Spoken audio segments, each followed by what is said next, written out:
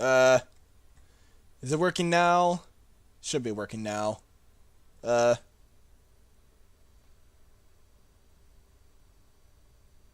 now. Okay.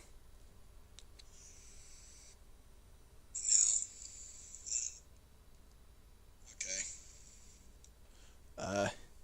Yeah, I generally just put my phone down here for like troubleshooting purposes. It was so weird. I had to change encoders all over the place just to get stuff to work. And I was already going to be late in the first place because my girlfriend was pretty upset. I wanted to check on her, and also I have to feed myself comfort food.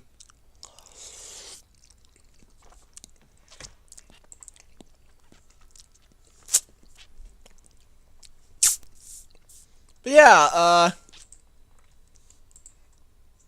why did I just do the wrong thing? I'm having all kinds of issues today. Hey everyone! Aries here from the A-Team, and welcome back to Oh Shiny. In this video, I'm going to be making a single screen section for the first time, utilizing the robot game mode and teleport portals. But first, I actually have something I want to announce. I beat my first hard demon. It was in Geometry Dash Deeper Space, which is phenomenal, by the way. I love Deeper Space so much. I think the weakest is probably the penultimate level, just because of how inconsistent it is. But otherwise, it's pretty good. I also got a new spider. I've been on the poison path for a while, so I got this guy. I think I used him on the thumbnails like once or twice. And I kind of like it. It looks like an actual spider. Yeah, actually, let me get my chests.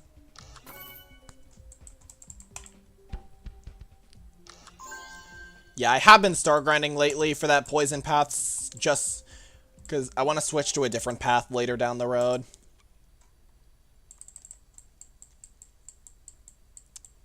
So, yeah, this is the part where everything... Yeah, this is the part where we left off, and the part where we are going to make a single screen section. Now, first off, for playtesting purposes, I'm obviously going to put a music trigger here like I generally do.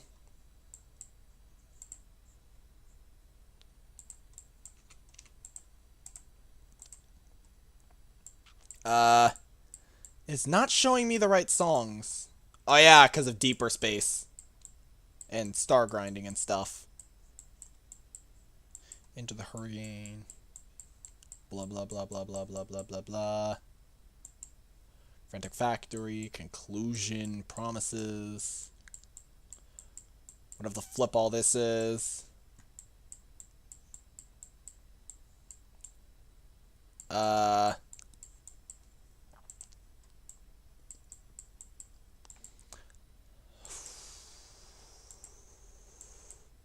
I don't even know where it is. I wish it just, by default, put it to the song that it's already using.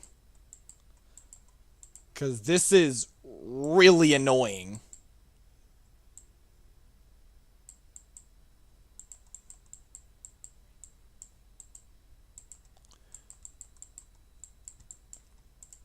Because, like, that way if you are using a different song, it's not too hard to search. But if you're trying to skip to a different part of the current song, you don't have to scroll millions of miles to find it.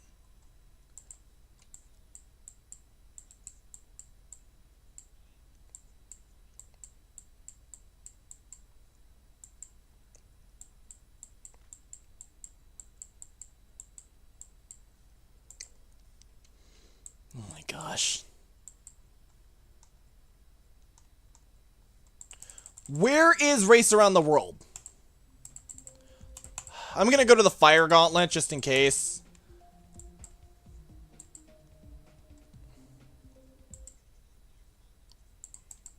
Bruh. 110798.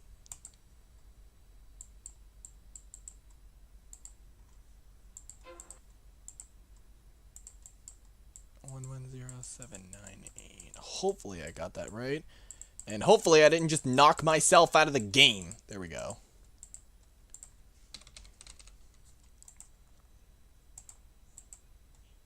Oh, there we go. And then,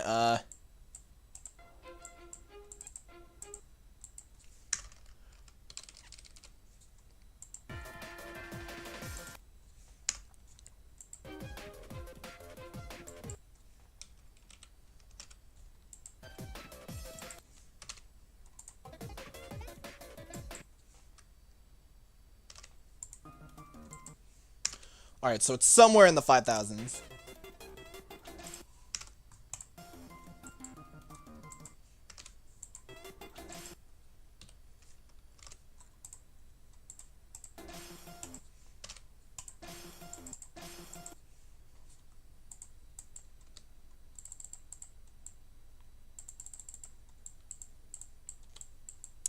And I'm going to put it the start position right by this cube portal.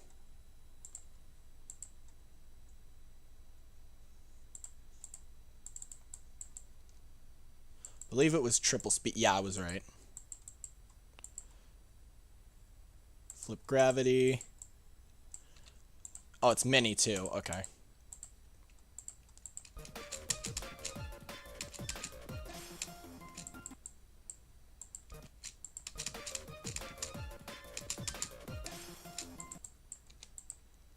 Is it delayed or something?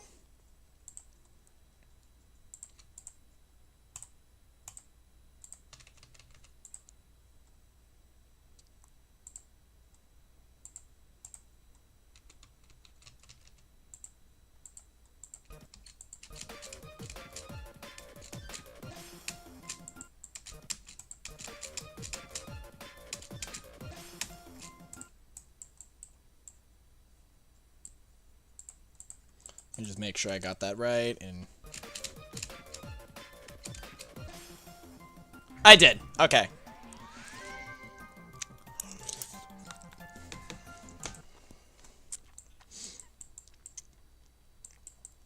I remember I did this for the dual playtesting as well. Second off, like always, we gotta disable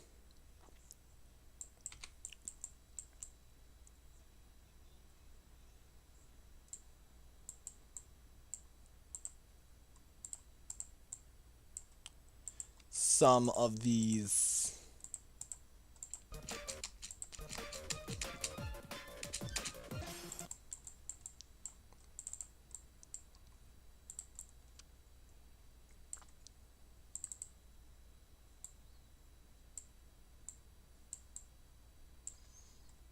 Camera triggers. Speaking of which,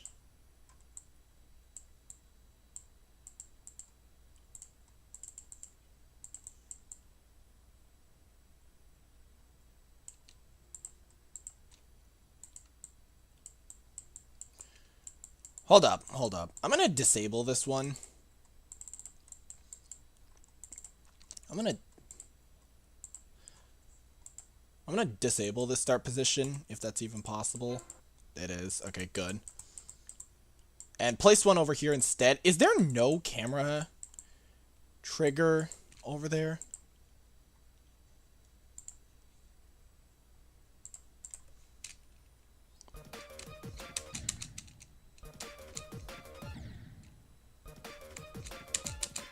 Oh yeah, I did do some tweaking on the dual part as well, just to make it a bit more consistent. I used like player control stuff. I finally figured out how that works.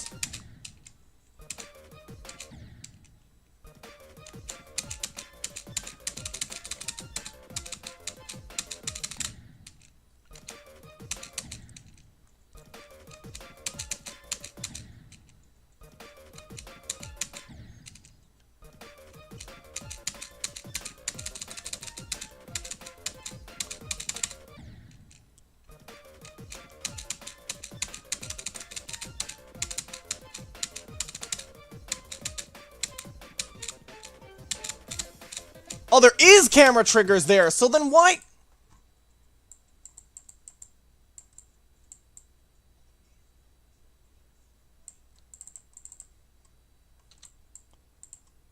Because, like...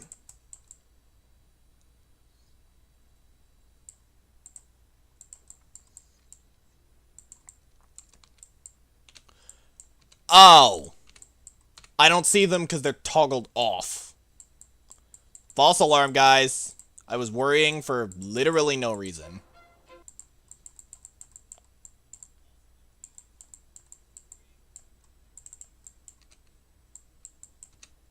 Alrighty, and let me re-enable this start position. Sorry I neglected you. And then, real quick, just for...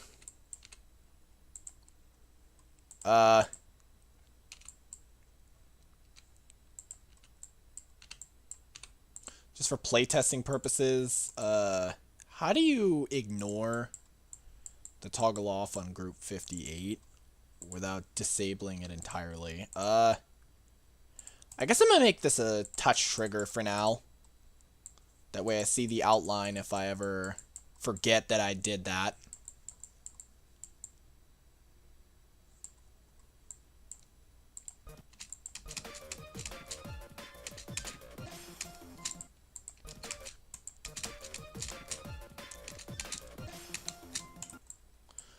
Alrighty, so now that we got the camera stuff sorted, I guess let's start planning out gameplay. So basically the point of this section is it's kind of like a victory lap.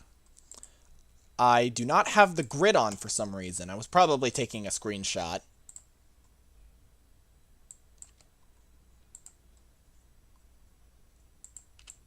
Now, the point of this section is it's basically like a victory lap where you just collect as many coins as possible. Where you just collect as many gems as possible. So, yeah, I'm gonna...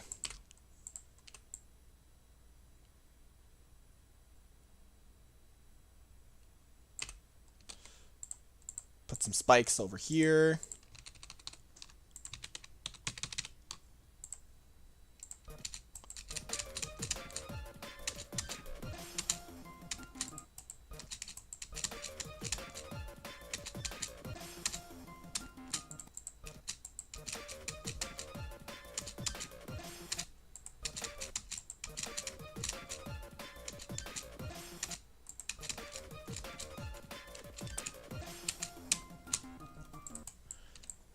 And then, obviously, the first thing we're going to do is put a diamond up there.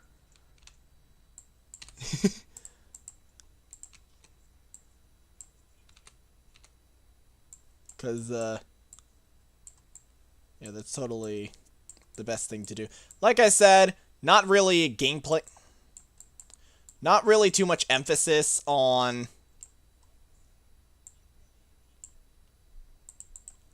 like, actual gameplay. It's more just... geometry-gem hunt is how I would best put it. I don't know.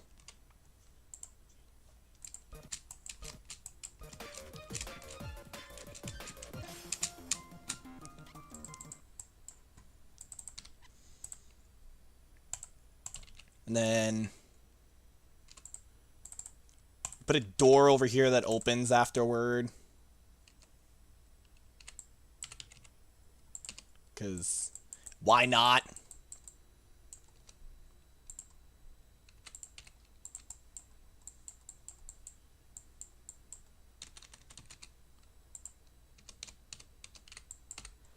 So I'll put this in group 76. And then we add a touch trigger. Where the flip is the move trigger. There it is.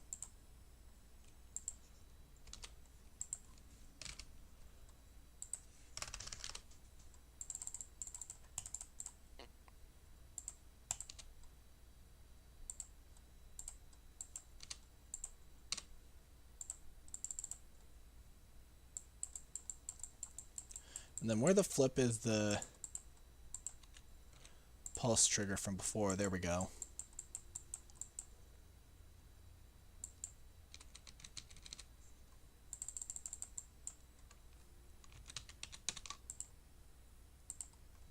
And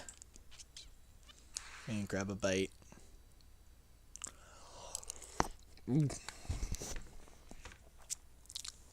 So hard to eat with the microphone.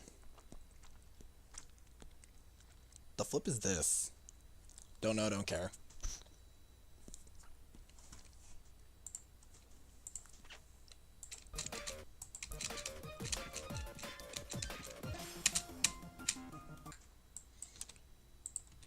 Well, that did absolutely nothing. Did I pick the wrong group? Yeah, I did.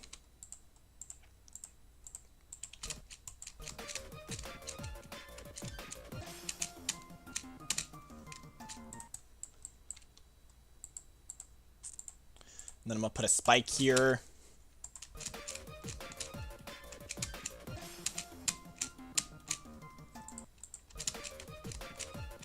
Is it possible to get over that without...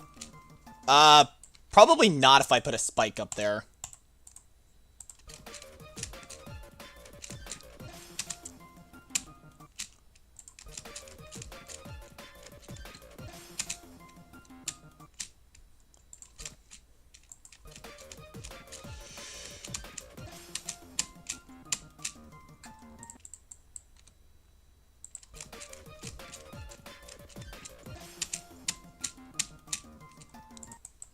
Alrighty, but first, I'm going to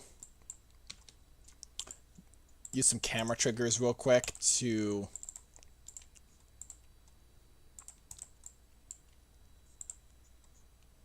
set up a camera guide, probably zoom it out.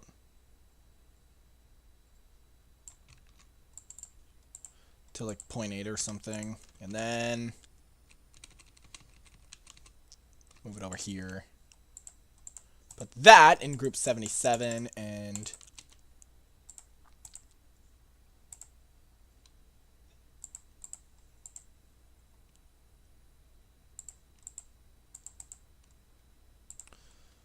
we put up a static trigger.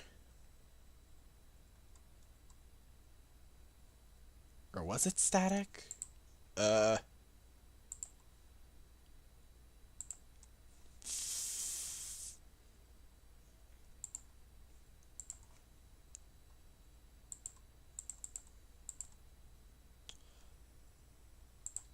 Oh, yeah, it is.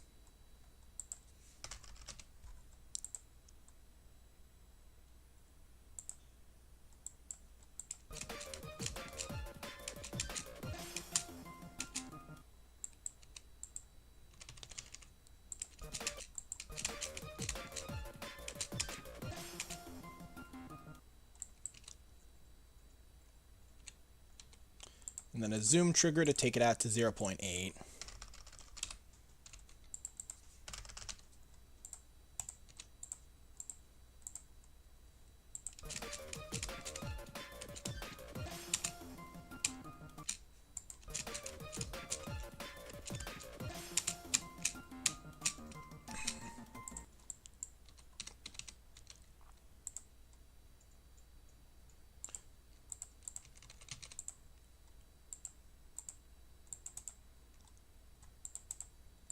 And then, how do you make it slowly rise up? The flip is... Okay, so rotate. GP off, whatever the flip that means. Oh, gameplay offset. I'm going to use offset to set it up by...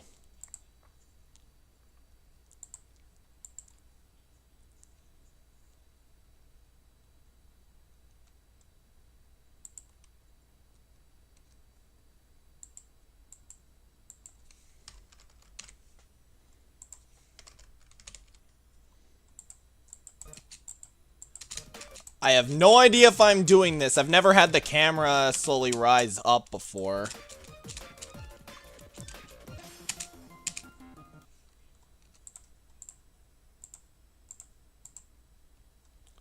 He's in.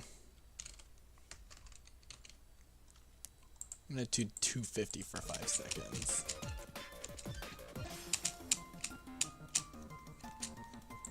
Okay. So we did get that figured out at least. And then what I plan to do, I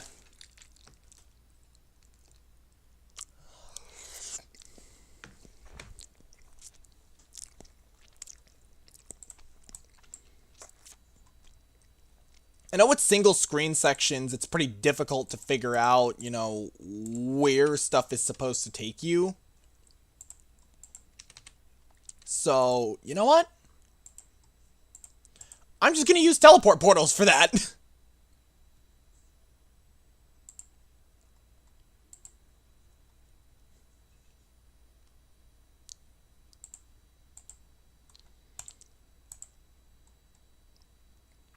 Toggle? What the flip is that supposed to mean? Oh. How do you make it reverse your gameplay?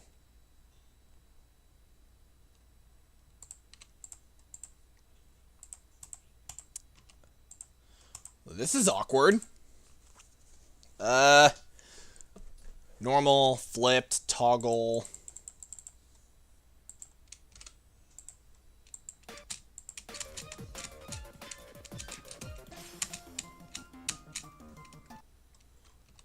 Yeah, how do you make it reverse your gosh flippin'...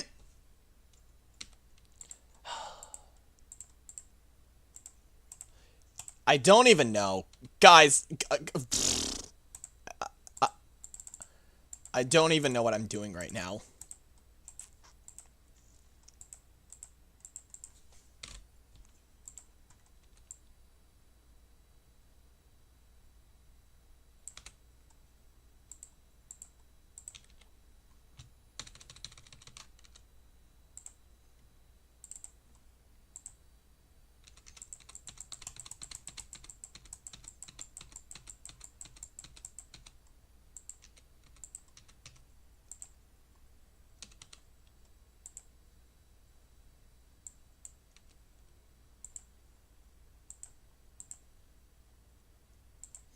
Extra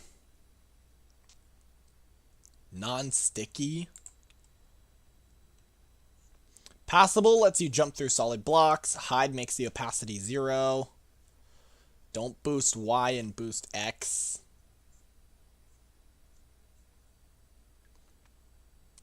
Everything else is meant for the platformer game type, apparently.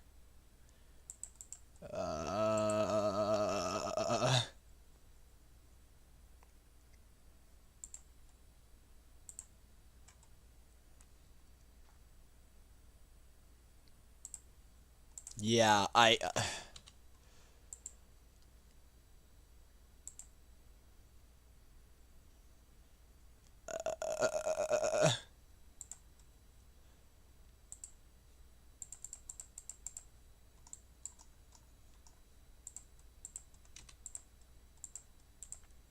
literally have no idea. I guess I could use a touch-triggered reverse trigger? I have no idea where that is.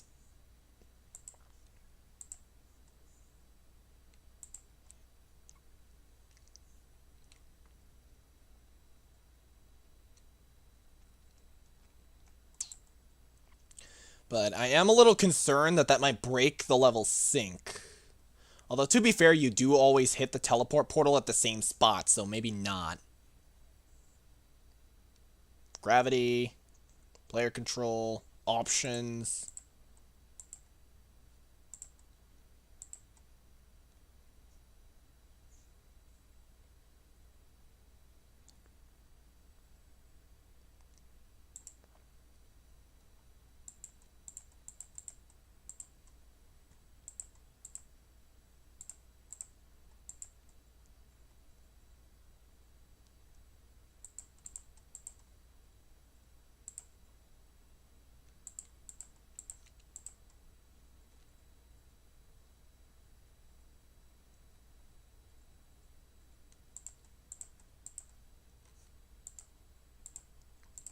This is weird.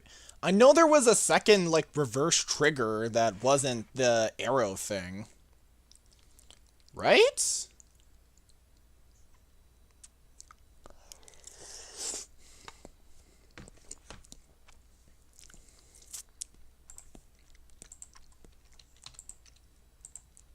Oh, I found it.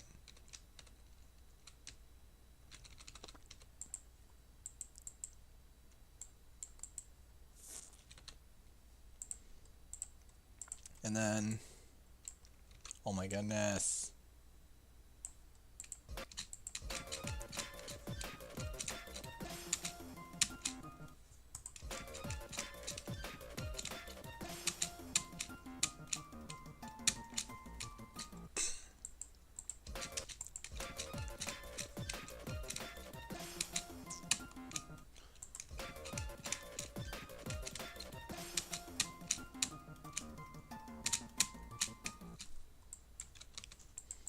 I'm gonna have you pass through this wall.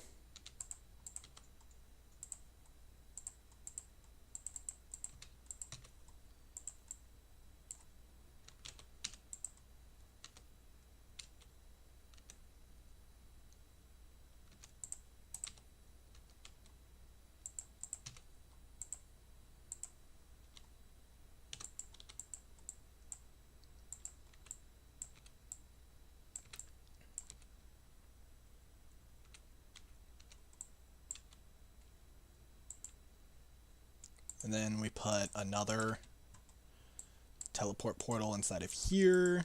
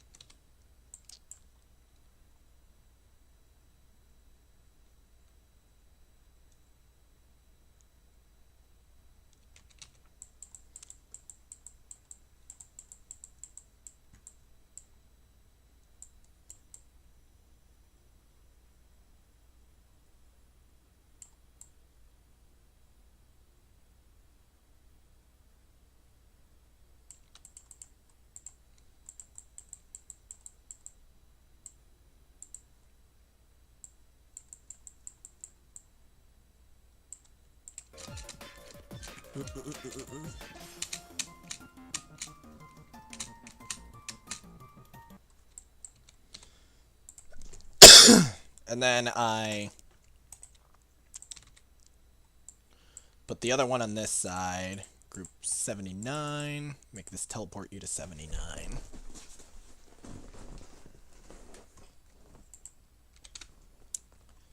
And then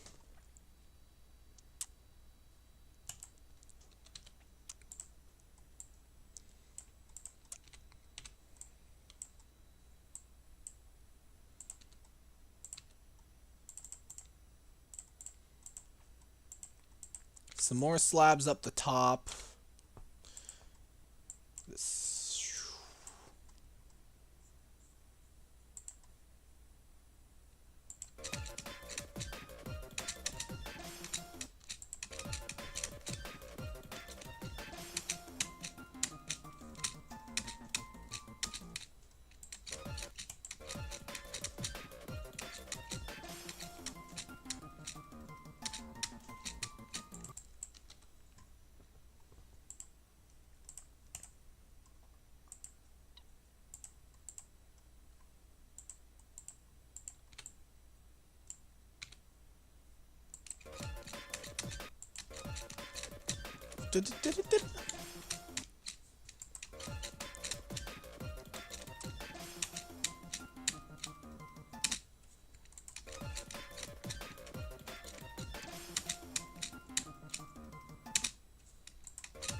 Oh, shoot.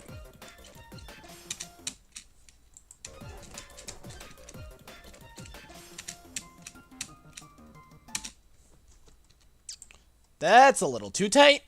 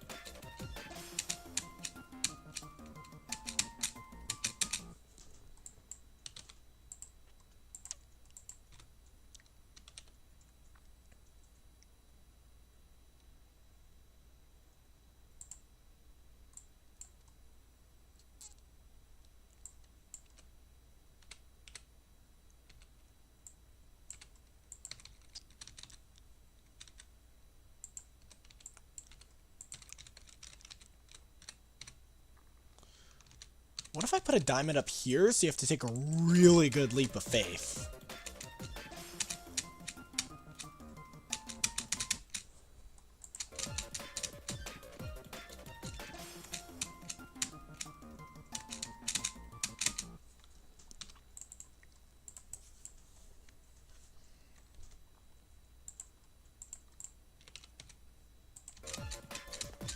Did it?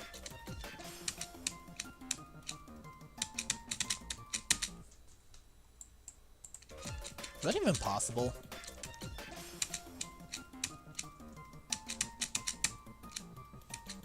Okay, it is.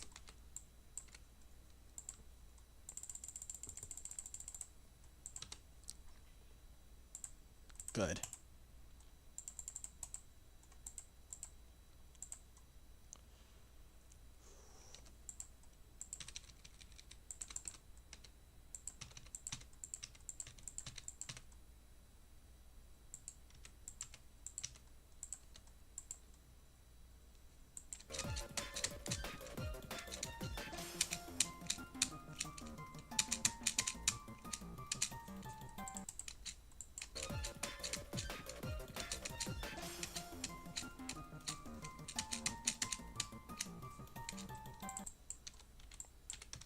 I'm gonna put this a little more to the left.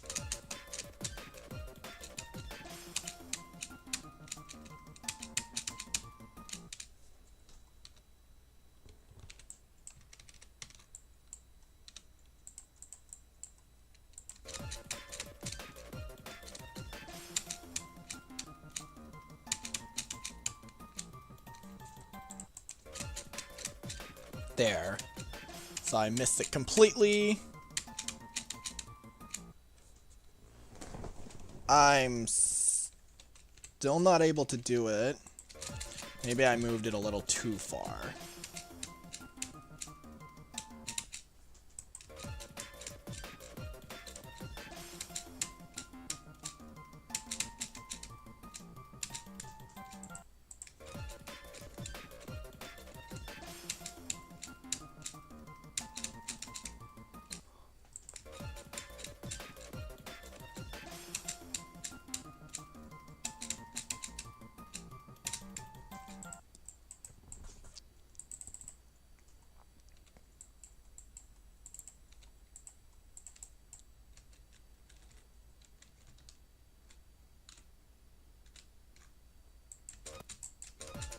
Okay.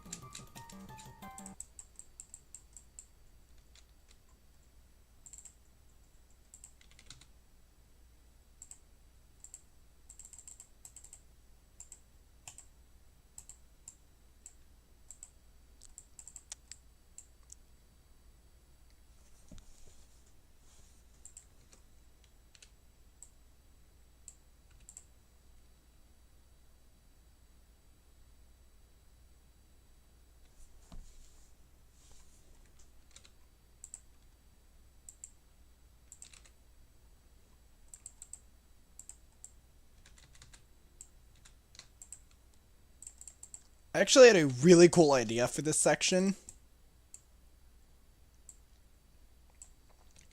And so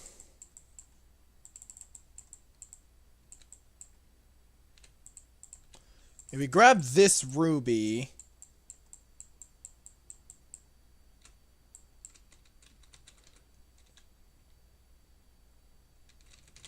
like maybe if you don't jump to hit this orb, you hit the ruby,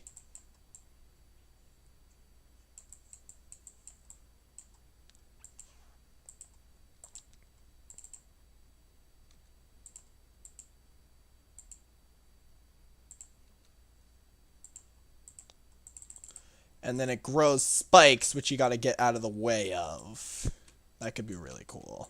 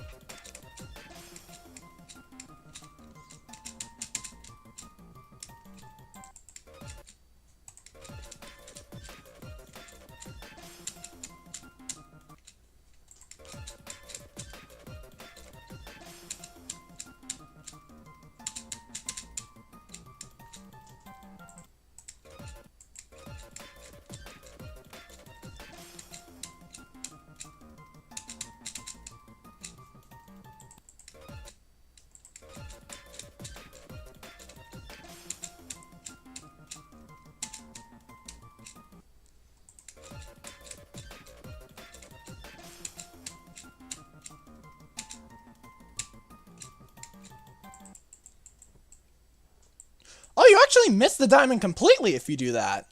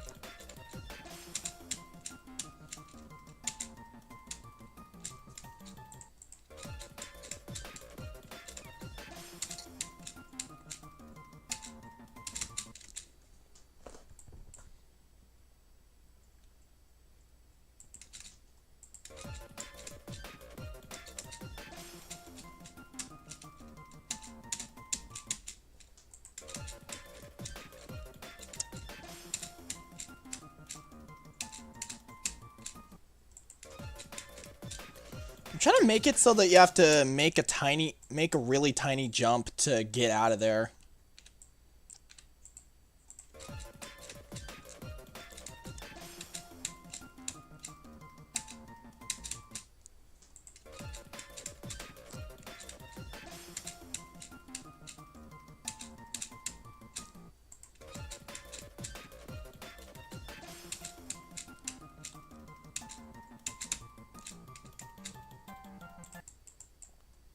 Oh my gosh!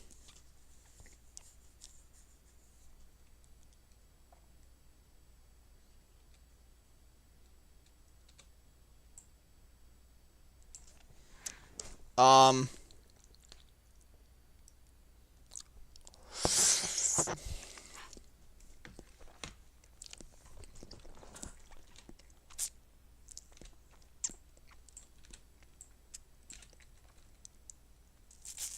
That was not supposed to happen, but I could do something cool with that.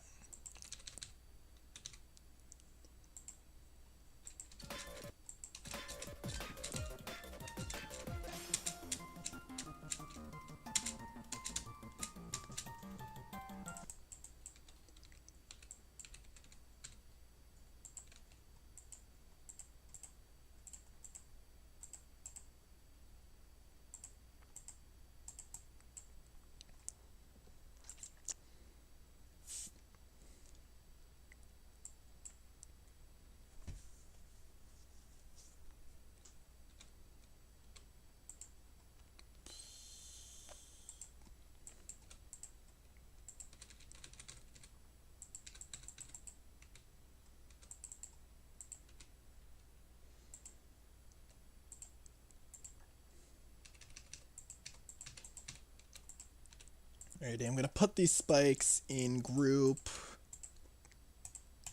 80. And then I'm gonna use the scale trigger.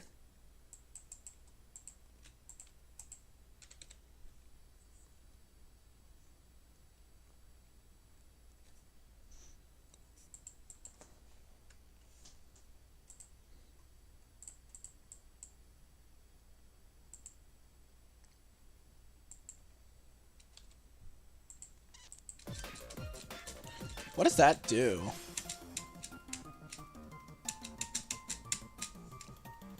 Also, it flips the spikes over.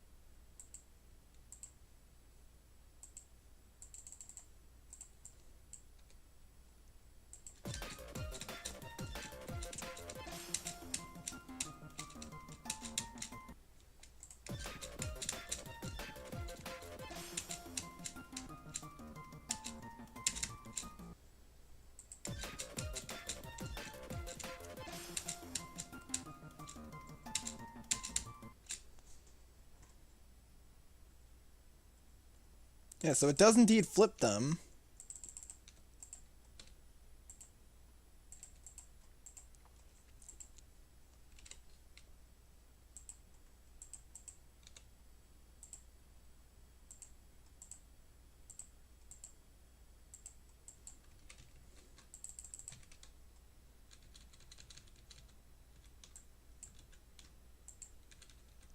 So I think I'm going to do a different setup where this is spawn trigger in group 81.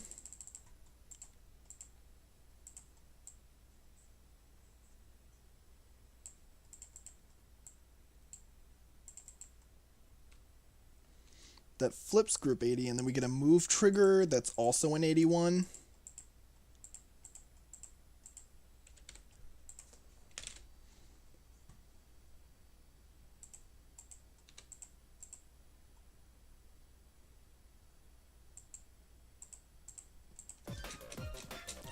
And then if I did this right,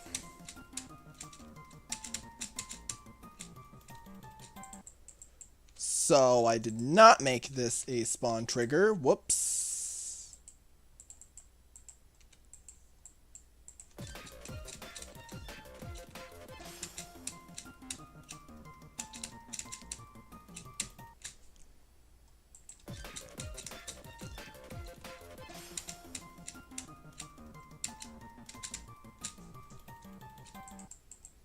Okay. Only thing is, I do gotta move it by a little less, so maybe like 8.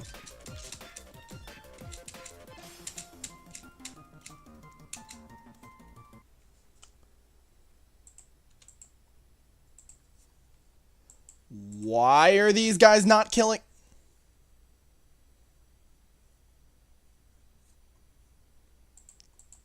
Let me show the hitboxes.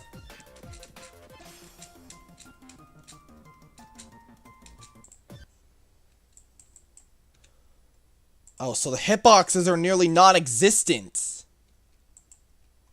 Okay, okay.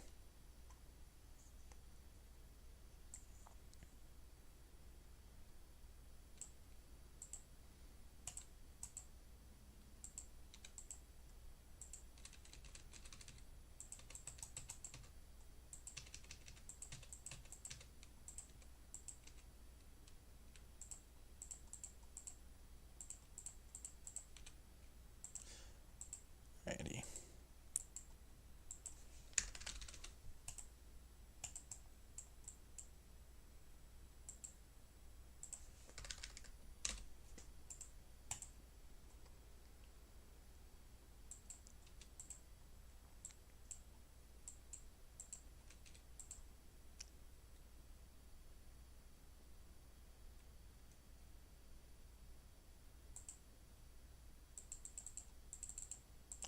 What is this for?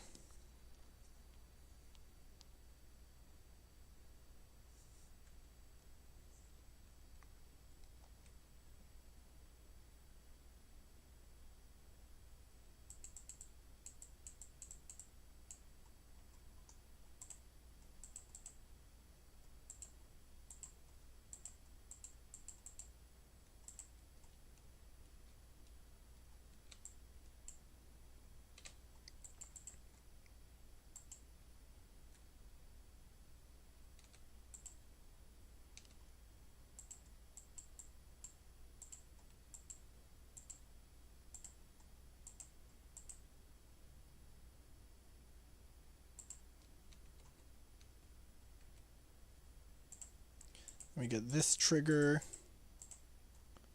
to toggle on group 82.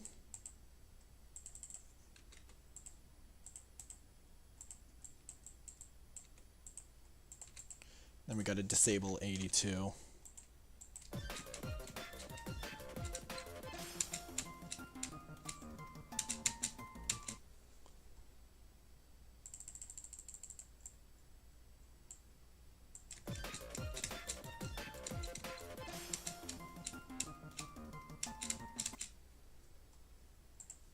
Alright, let me turn off hitboxes because this is actually getting frustrating.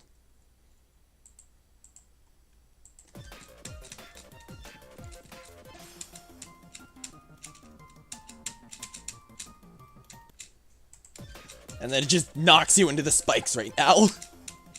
That's pretty funny.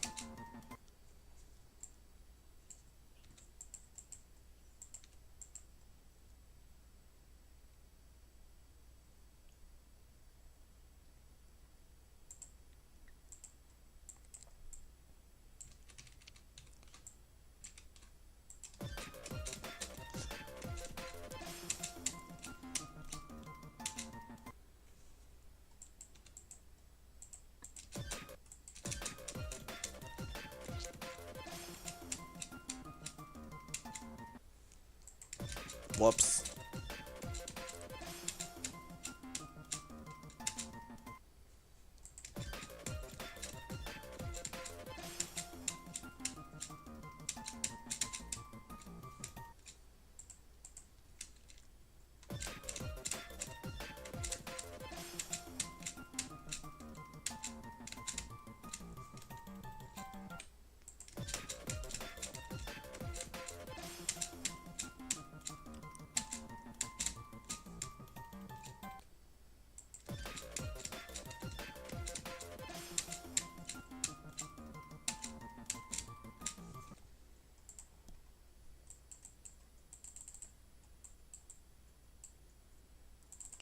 And then one more thing, I actually want to turn off the little background effect thing.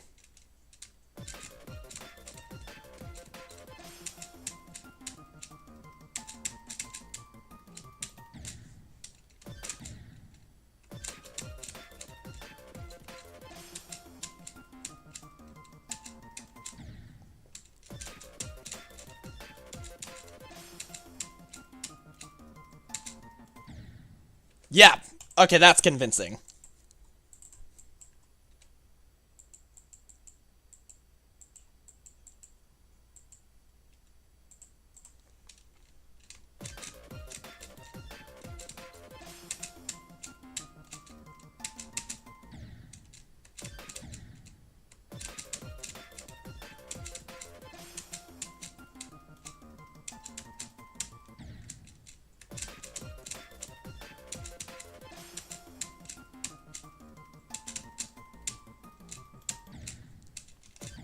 There we go. So I did it right.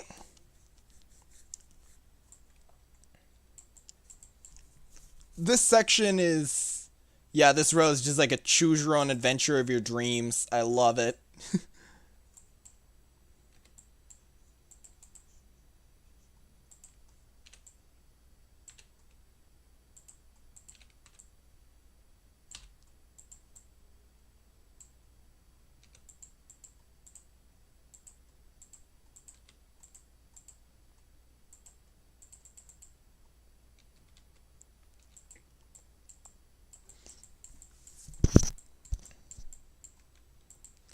The last thing I need to do is I actually don't remember what was... Remember the setup for the color triggers.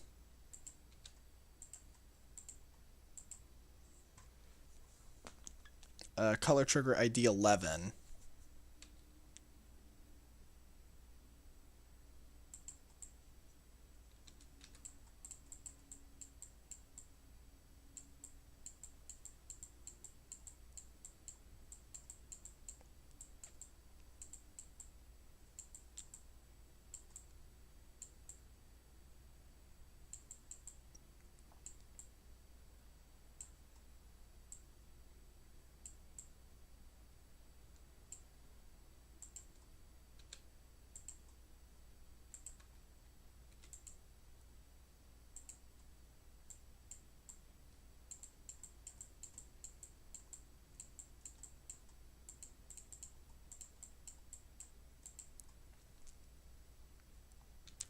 So I could have it pulse trigger group 80 for a bit.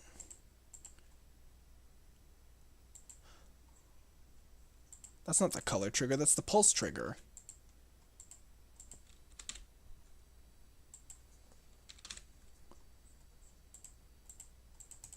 And where's the color ID for the rubies? There it is.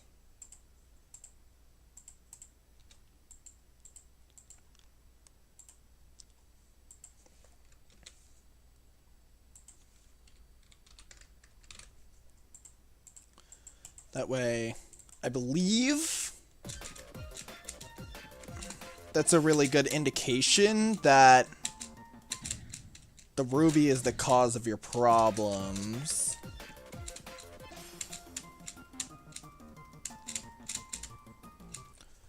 And I forgot to do the groups.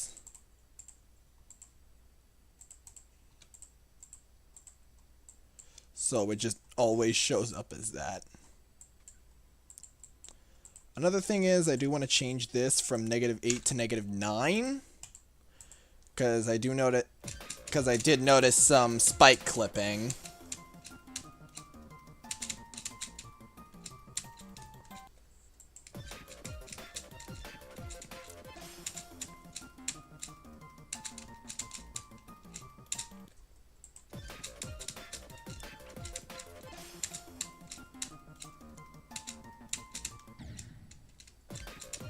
There we go.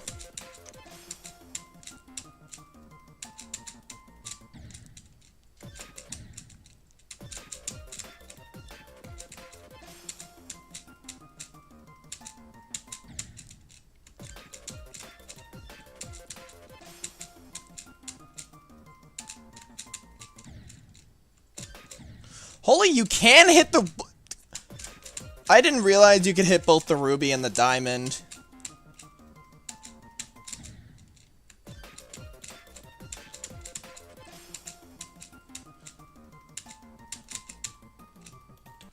The choose your own adventure just thickens and thickens. I love it.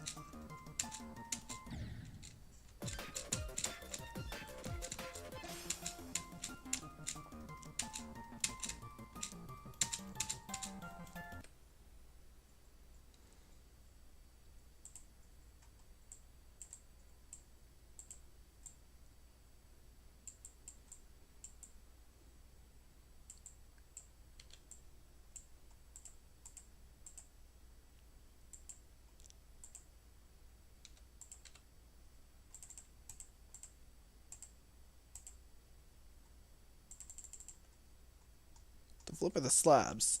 Oh, there they are.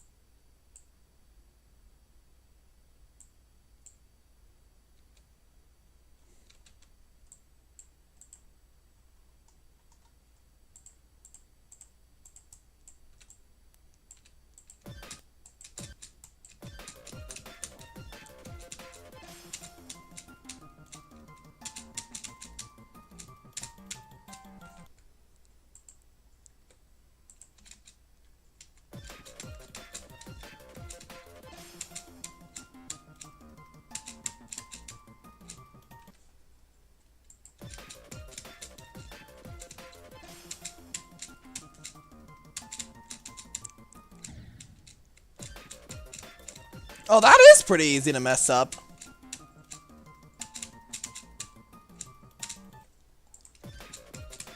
Okay.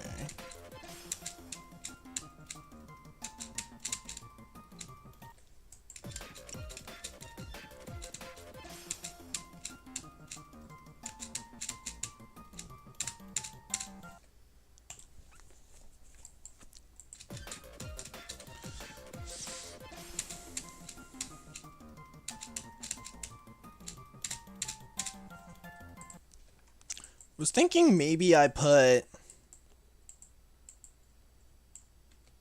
some really small jumps over some spikes.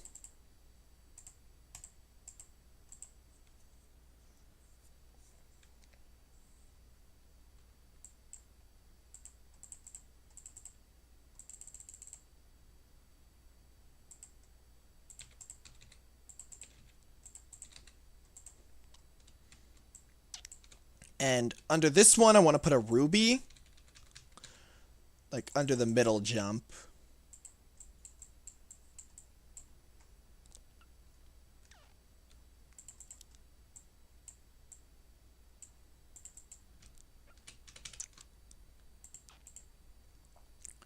And I actually had a really cool idea for it. So you know how I put spikes under these slabs, right? I want them to rise if you hit the ruby. Like, further cementing that this place is kind of haunted, let's be real.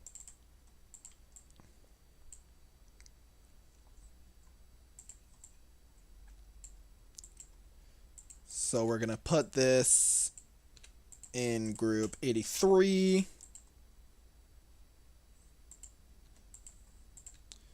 Put another background trigger down here.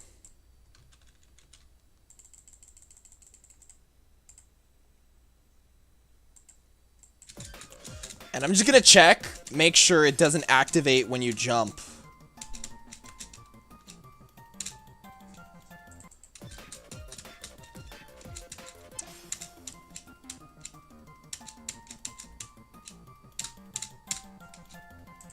Shoot! I think I do gotta lower this slightly, because...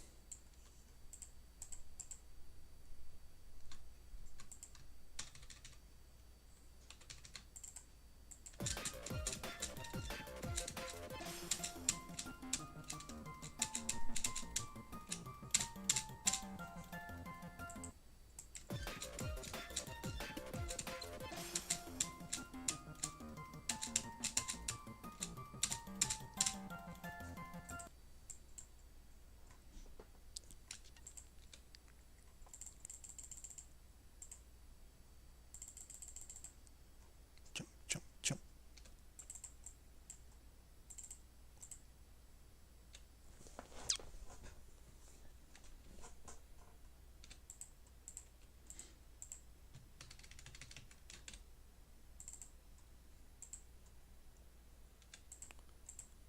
Why the flip is this in the wrong layer? Okay, so...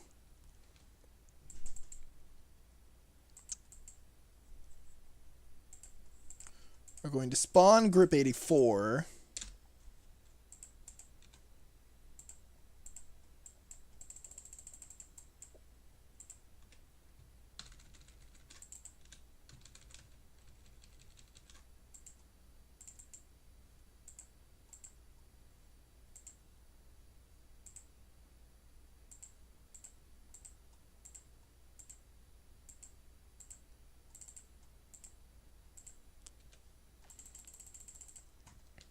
And then in group 84, I'm going to put a move trigger.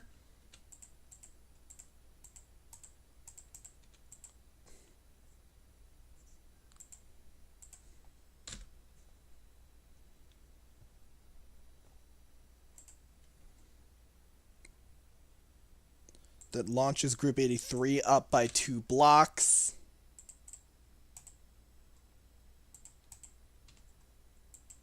And a color and a pulse trigger.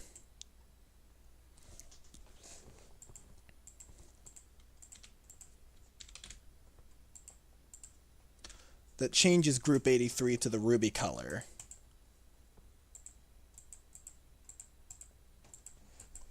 So, let's see if we got this to work correctly.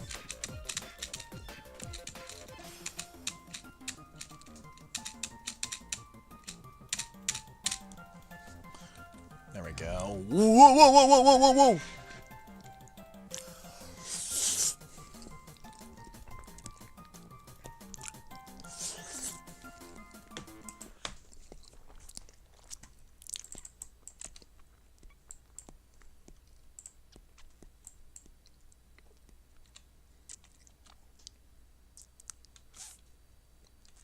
There we go.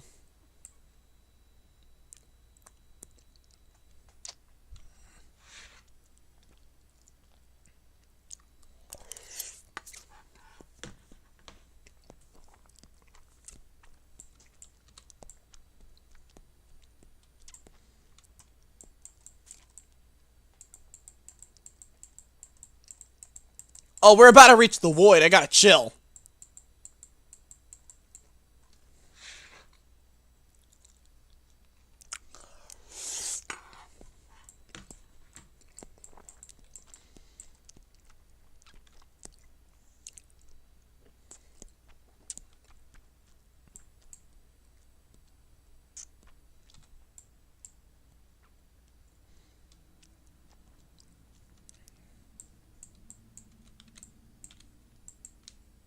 So I was thinking we'd do something similar by putting a diamond here.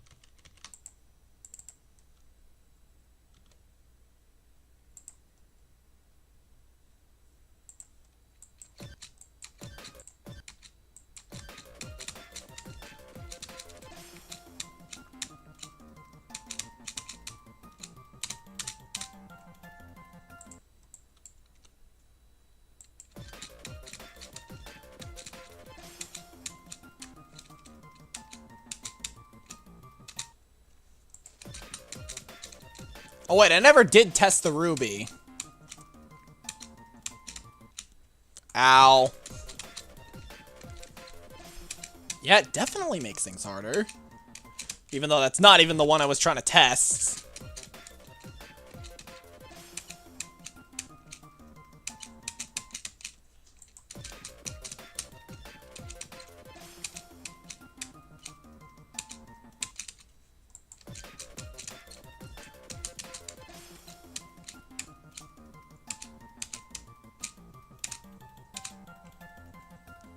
It didn't move them up for some reason. I didn't put it in the group it was supposed to be in.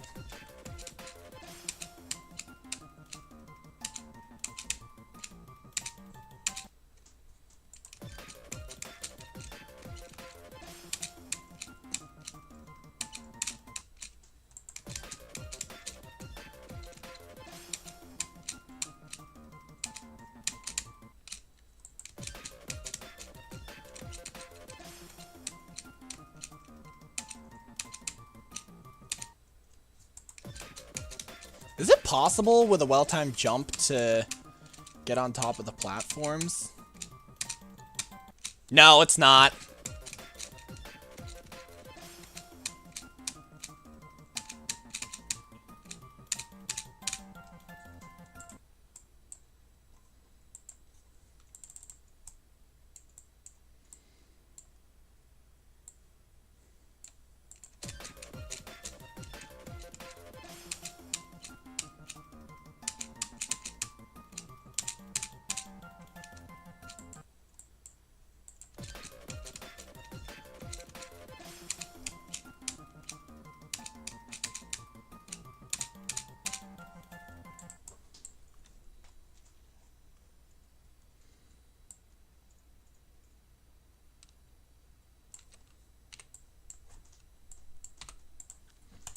And then we can make this diamond move these platforms up.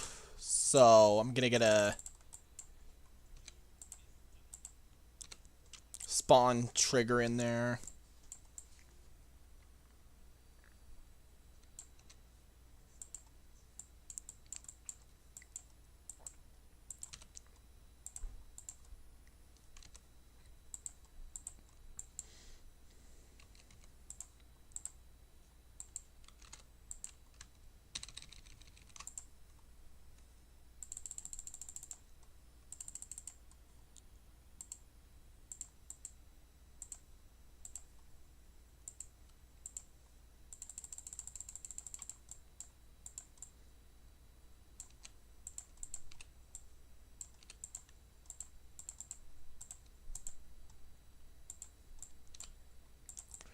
Move 86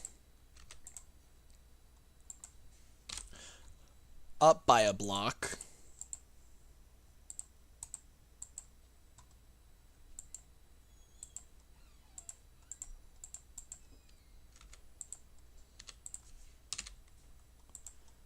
And then turn it into the color of the diamond. Where's that? There it is.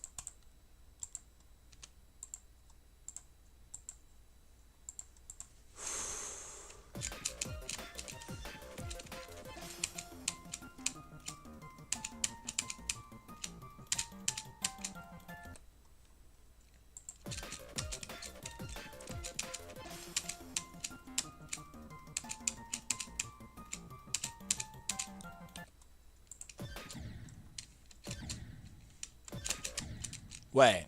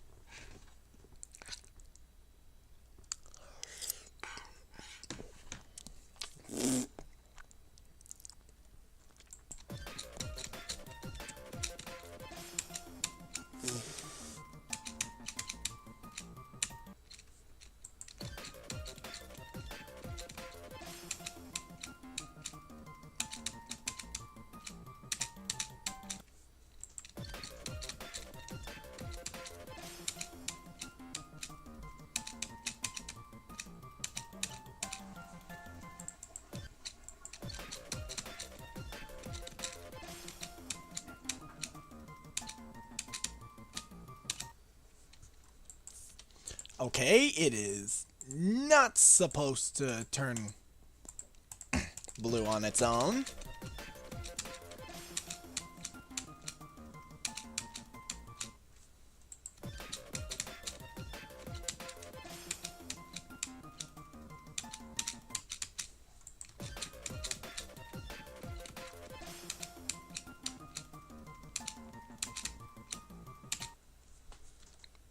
It is still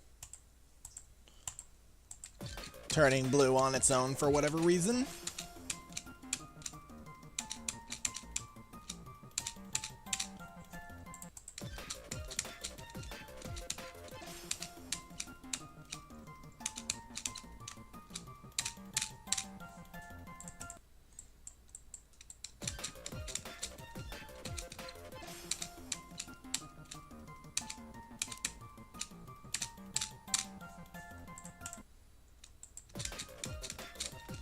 Alrighty, and just to play test a bit further.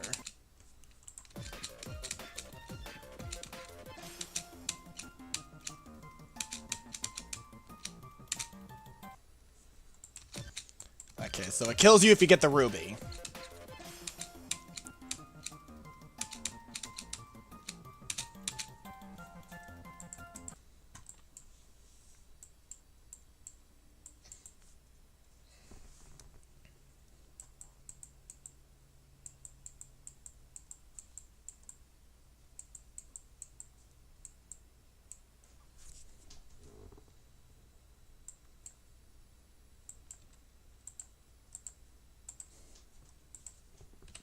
I feel like I could make it go a bit slower so it requires a really precise jump instead. Because I feel like we don't want insta-kill rubies. The point of the rubies is replayability. Now that's a little too slow.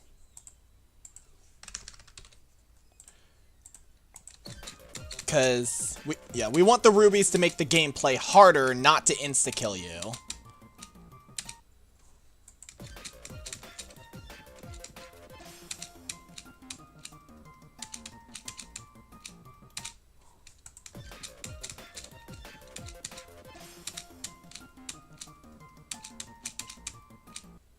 What?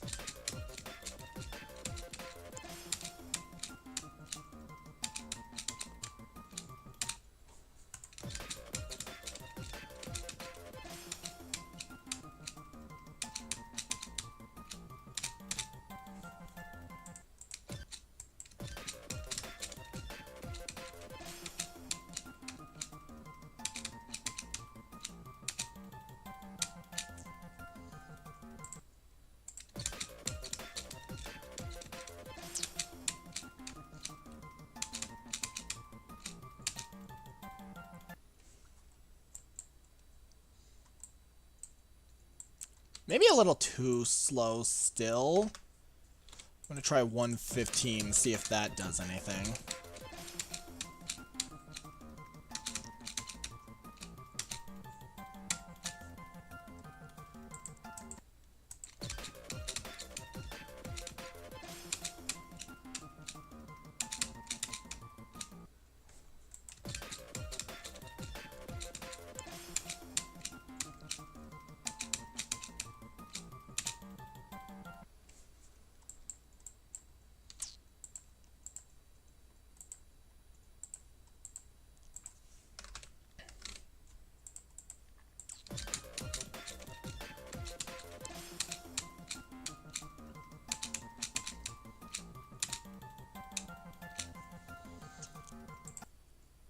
There we go.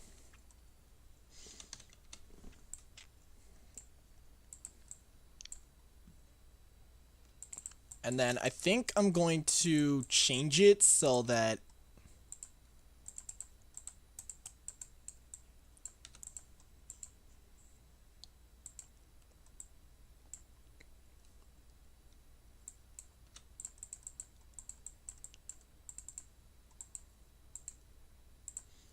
it's an ease in and out, and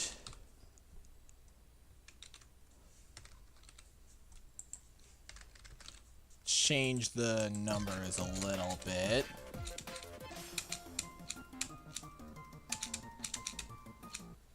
Oh, shoot. Now it's too fast.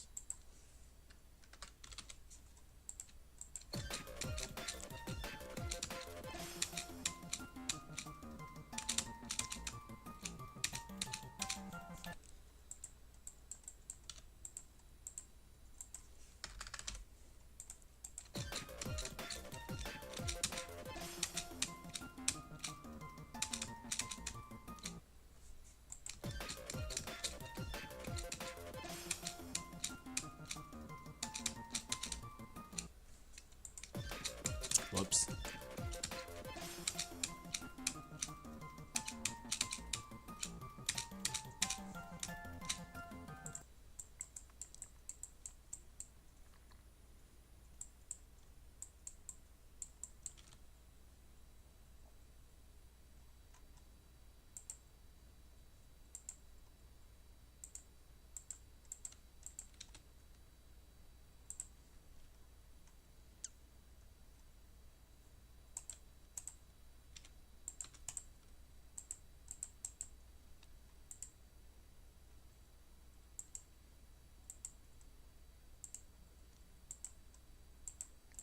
And then using another guide trigger, I'm gonna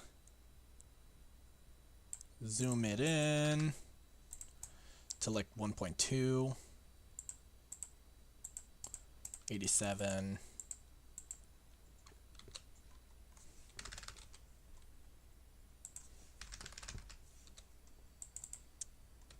And then zoom in to 1.2.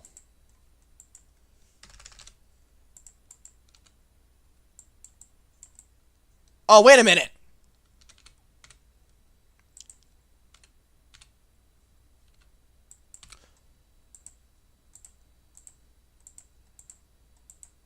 I can't use regular ones, I have to use touch triggers.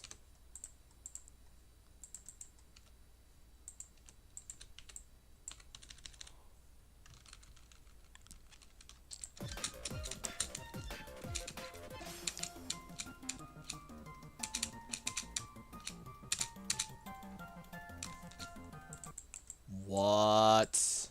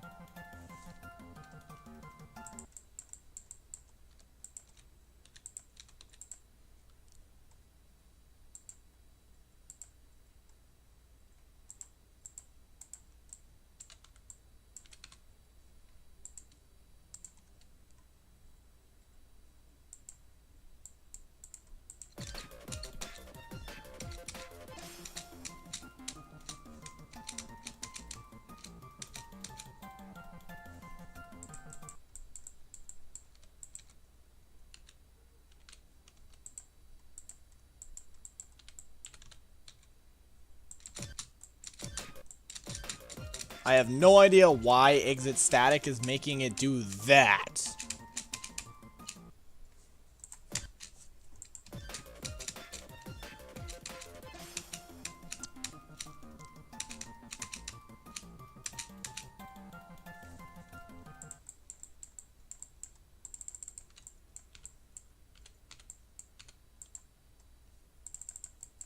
The flip is it making it zoom through the roof?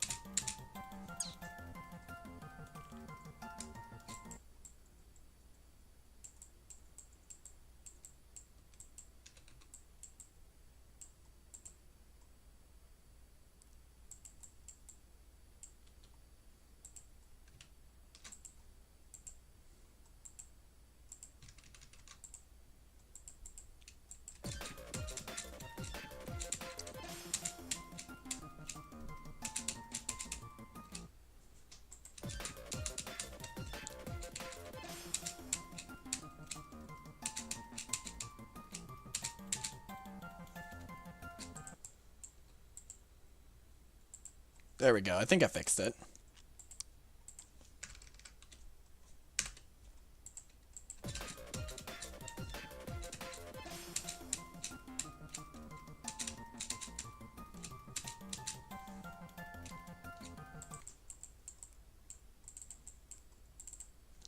There we go.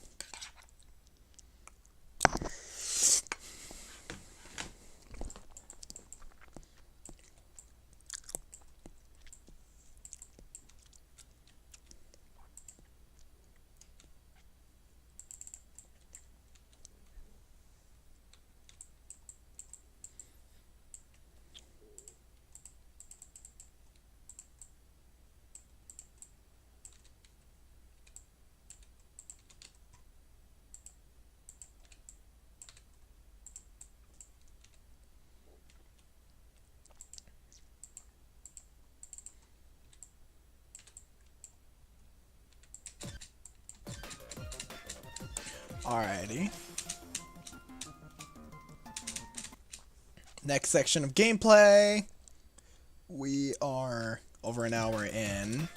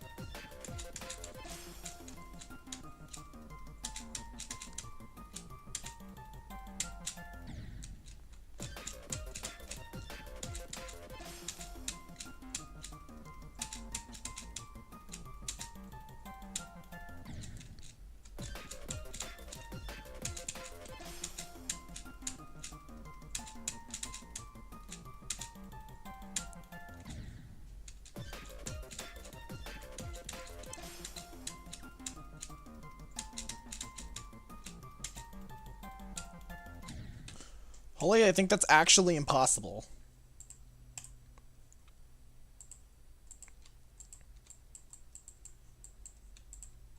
Never fear, I'm just going to take that out and put the spike on the bottom instead.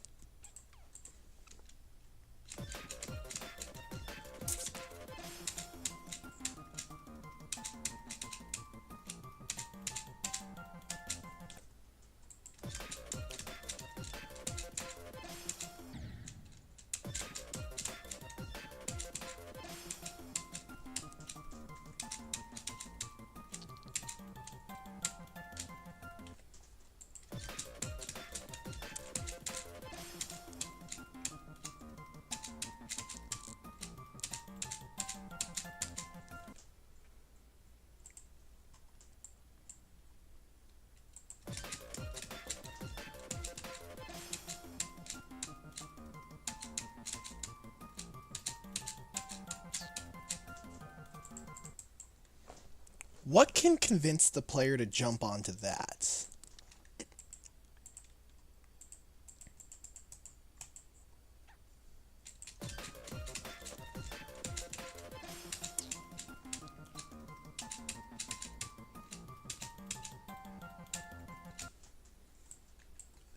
Yeah, pretty much.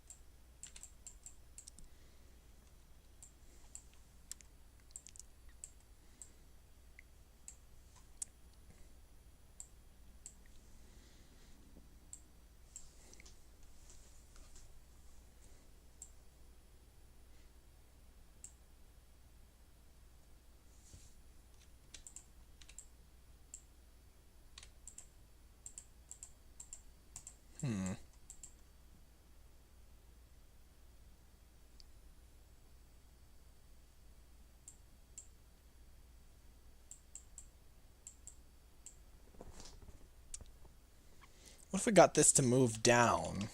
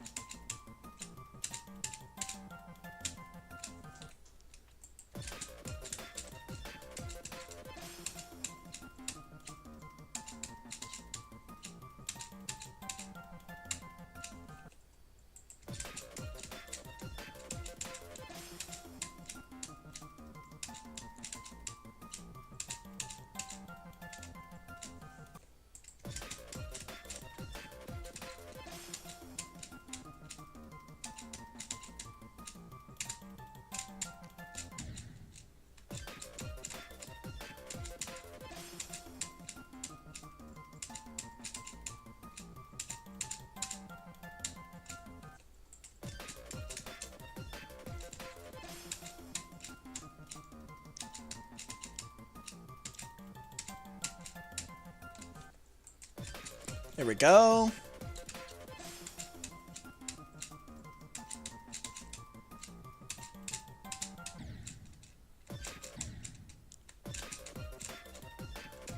That way it's one less click and you don't die immediately.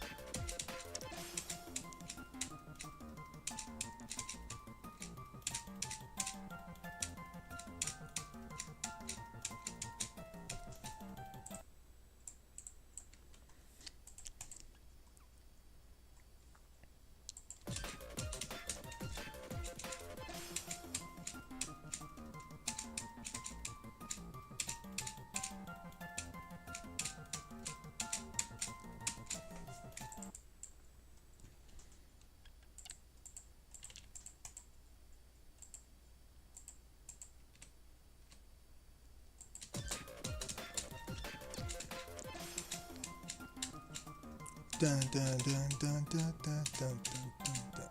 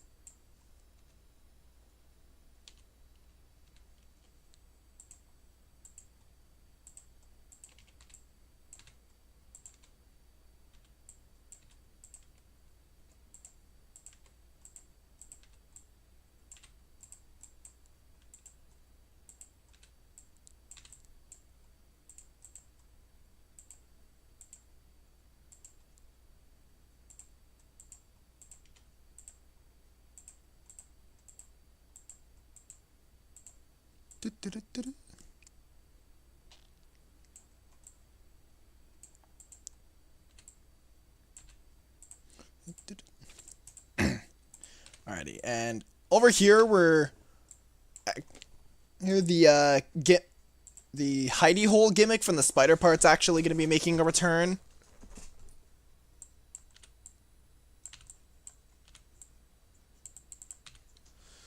So once I fill out the ground spikes, that's when I'll expand on them.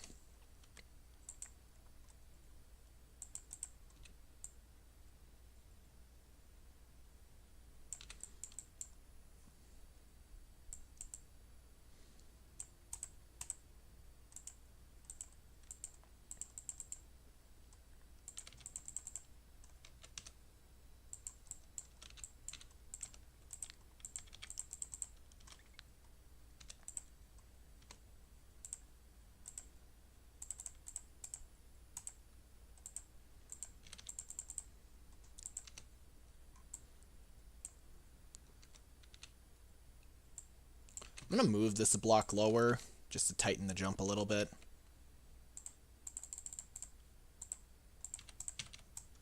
And also give more room for our ground spikes.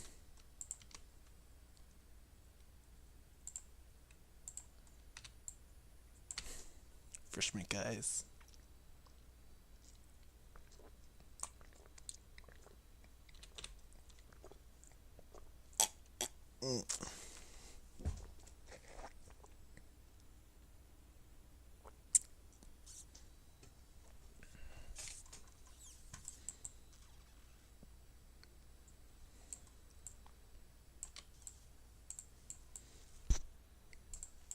And then we're actually going to do something similar to over back in the spider where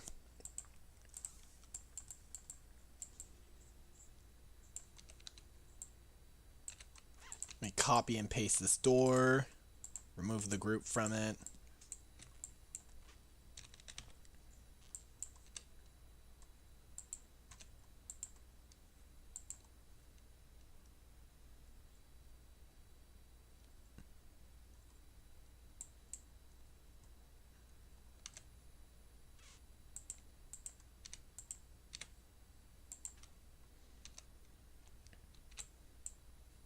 And we're actually going to give this its own group. number 91. And what I was hoping for is if I could put it in a spot that makes the jump so much more tighter. Like, if that doesn't work, I'm gonna try... What?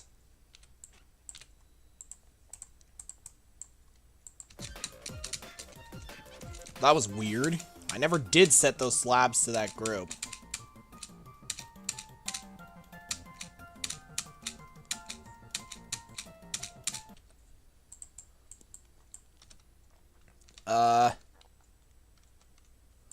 Oh yeah, let me take the background trigger like normal for playtesting purposes.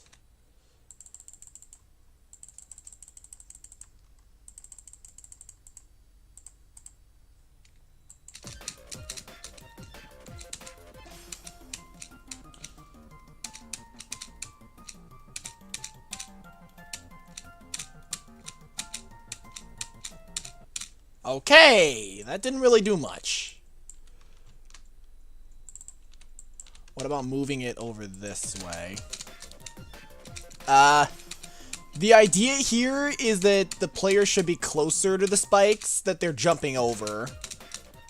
And again, if that doesn't really work, there is one other spot I could try.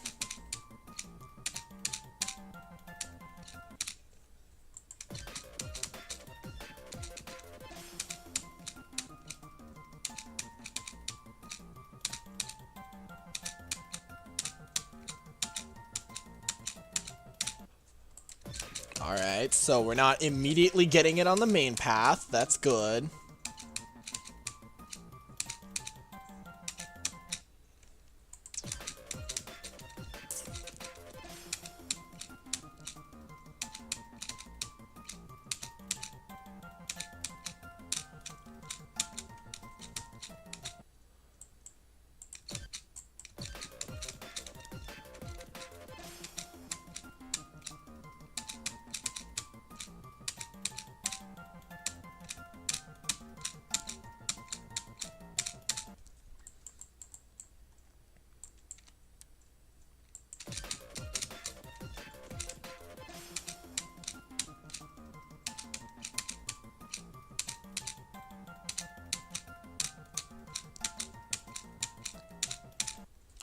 Alrighty, so it seems pretty consistent. Visually, though, not really, which should hopefully be solved by...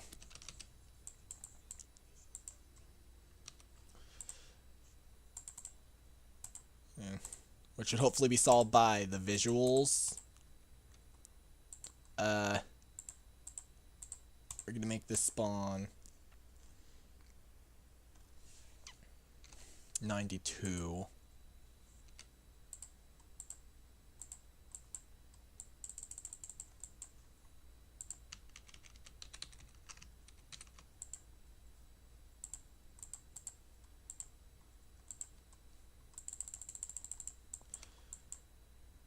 And then we'll move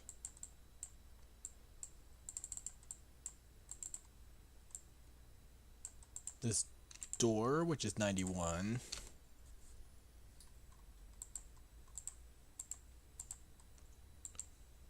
by 30 to the right. Bounce out. Actually, no, not spawn, toggle. Toggle 92, because we need that to activate later.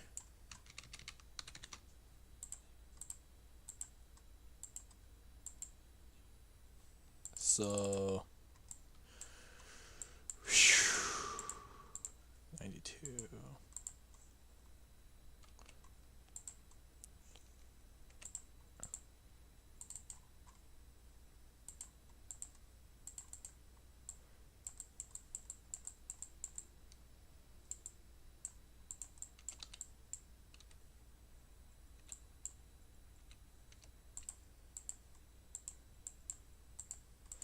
And then we just pulse the door the same color as every time.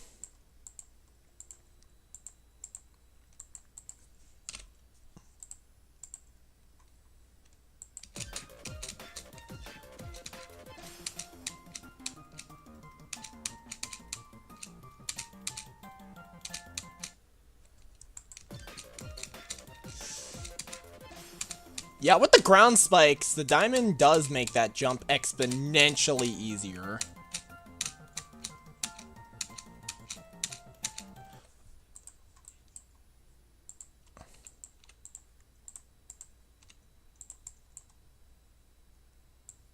And we need to toggle off 92, which just never ends.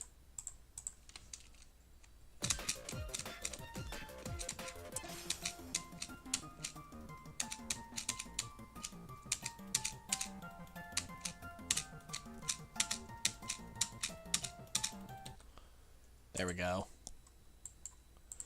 So we did that.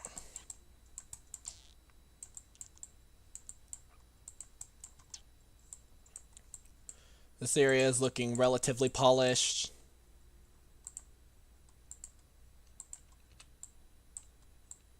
The only thing now is where it's gonna drop you off, which I think should probably be on the base floor. Oh yeah, in every stream moving forward, you're probably going to start seeing a bunch of random colors on things. That's because I'm tweaking decorations and stuff. So my apologies for that if it's jarring for some of y'all. But yeah, I think that's pretty good. We made our first single screen area.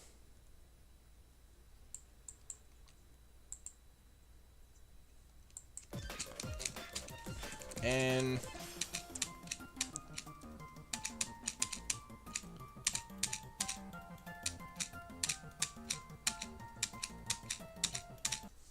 it plays pretty nicely. Obviously has some inconsistencies. We'll get that sorted once decoration comes around, because I did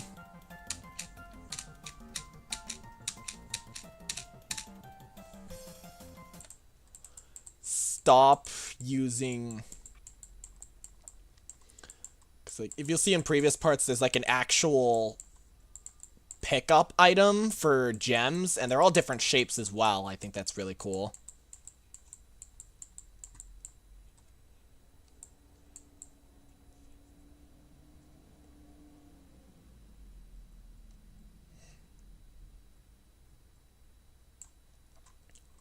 And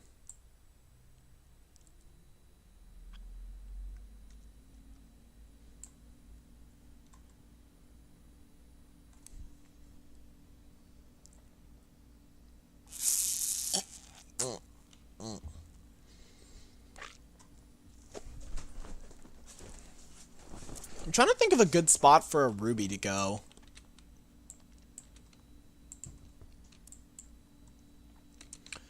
Probably like right here.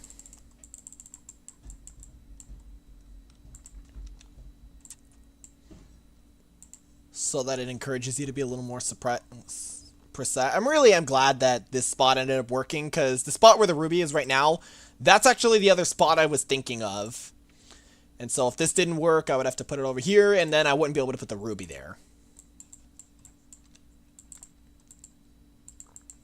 So we put in the background thing, make sure it's consistent before we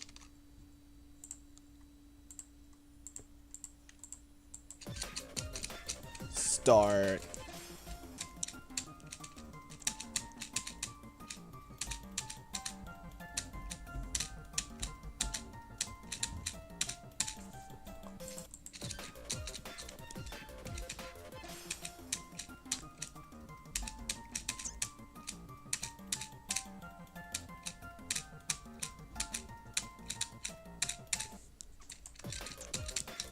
Messing with stuff.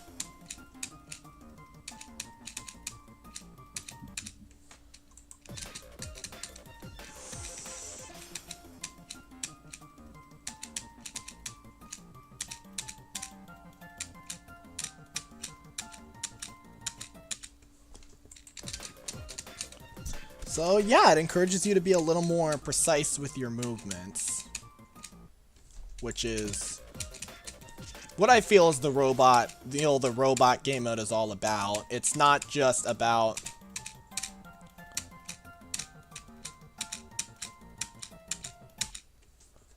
making big jumps.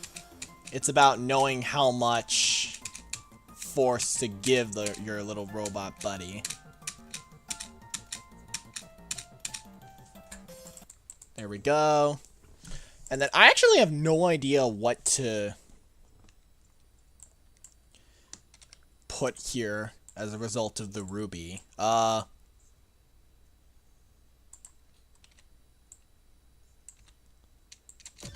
just gonna put some spikes here as an experiment. Is that still possible?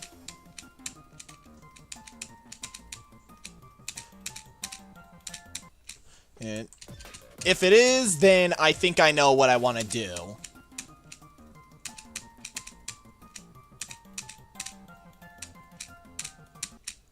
Ow.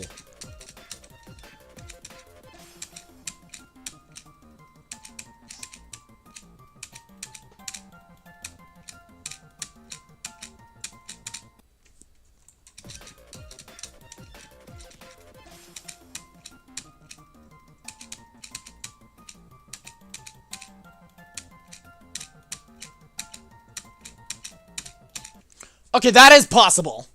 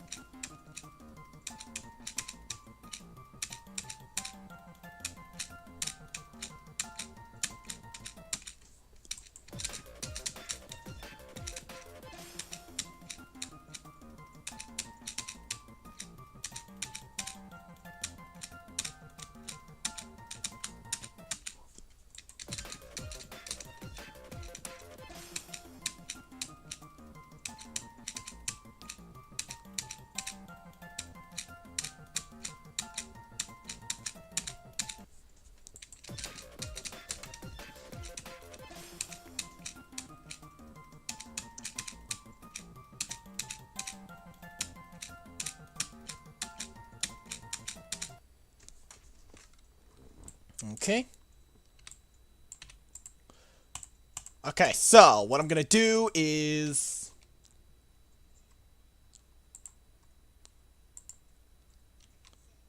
set up a bunch of move triggers.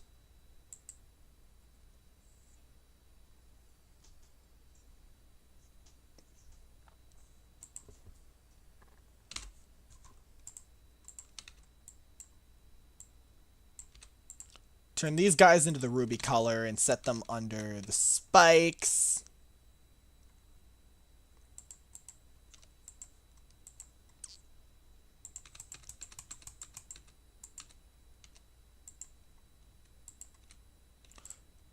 Oh wait, I probably should not have done that yet.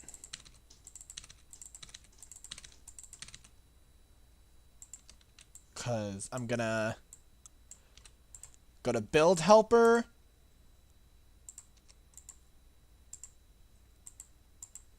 That did not work.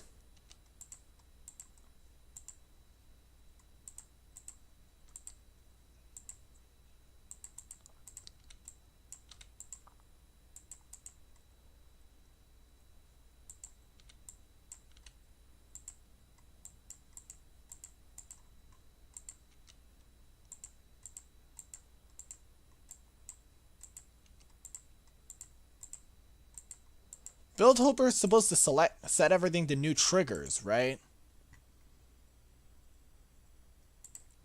I'm so confused, but I'm just gonna do all this manually.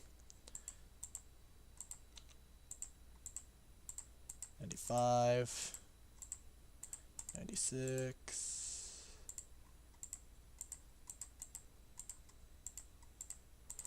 97, 98,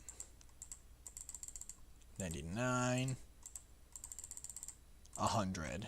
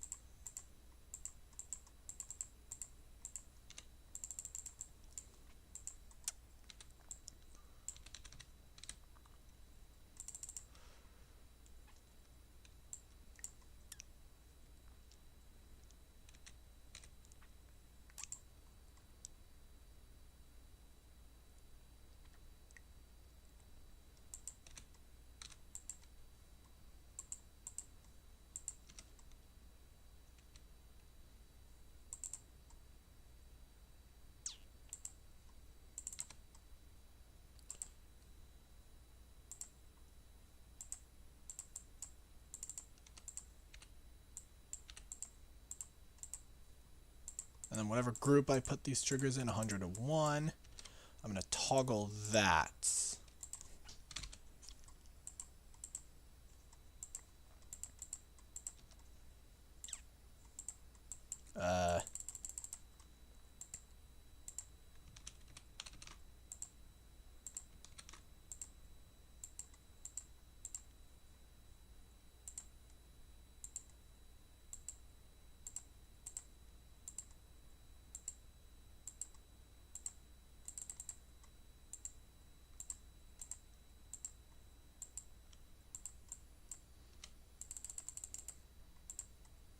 And then toggle off 101.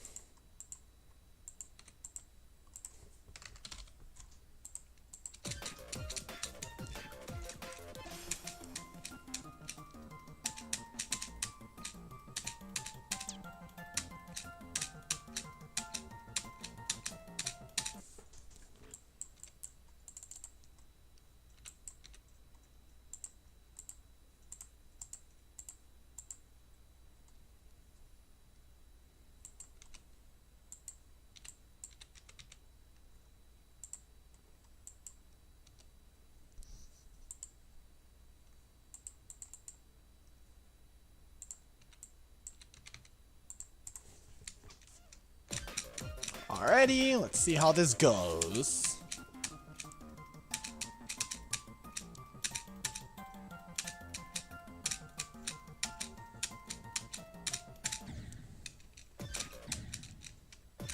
And then if I did this correctly, if you go too high, you'll just straight up die.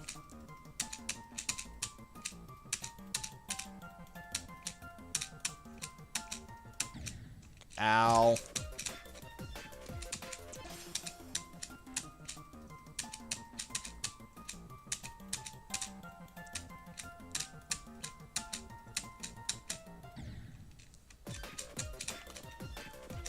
Bruh.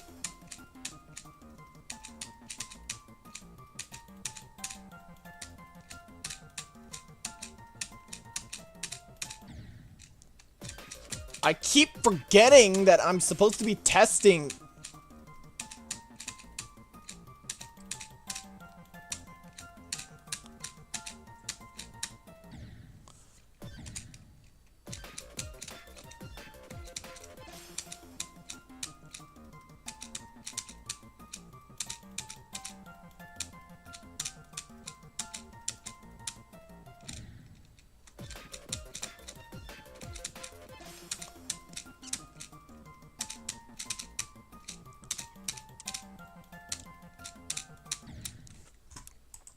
Okay, so it does make things more difficult, but not by much. So I am going to try to...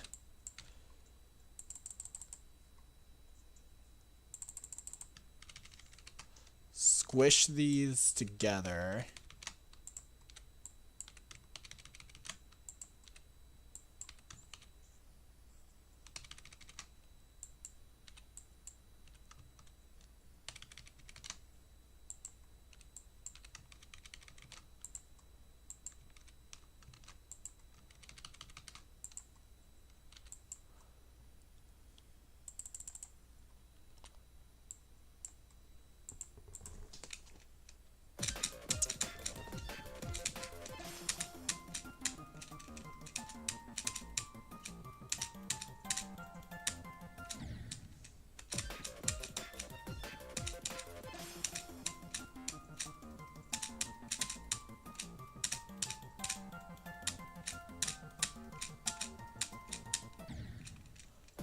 Yep.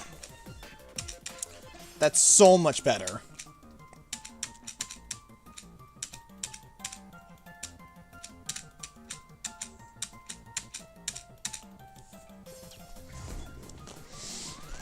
Yeah, that's so much better. Oh my gosh, that was such a good idea.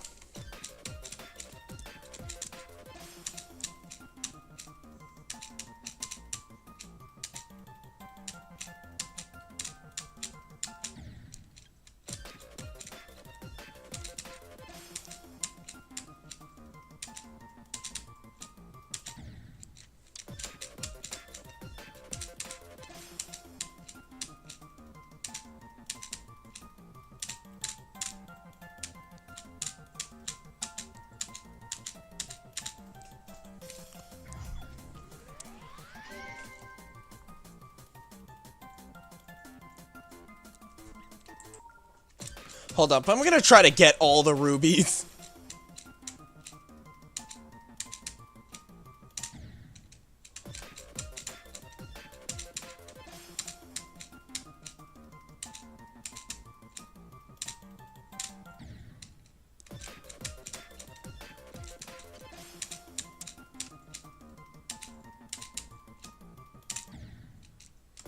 Oh yeah, that's very punishing.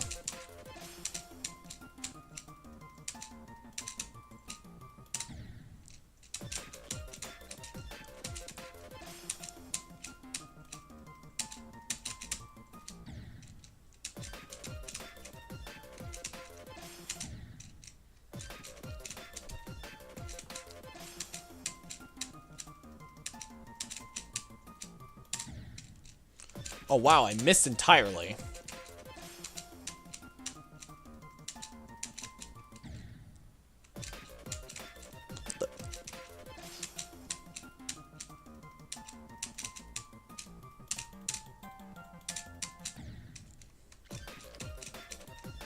Yeah, I'm gonna try to get none of all the rubies and none of the diamonds. I'm just messing around at this point.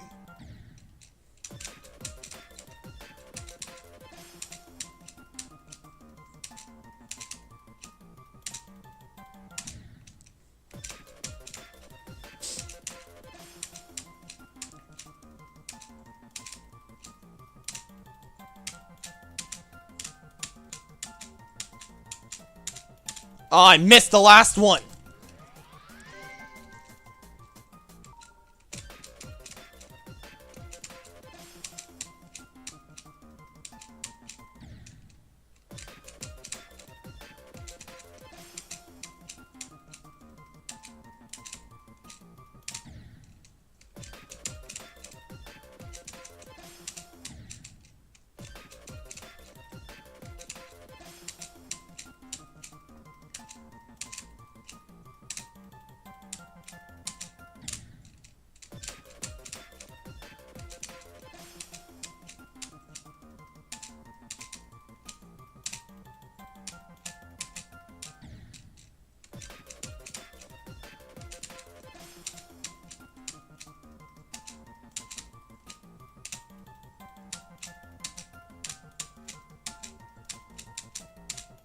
There we go! What?!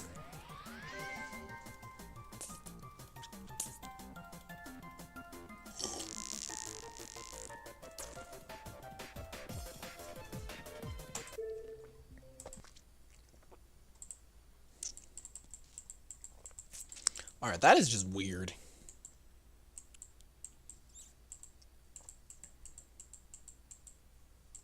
But yeah, I think we built a very fleshed out robot part. I actually love this a lot. Now I'm gonna finally move the start position and do some music sync testing.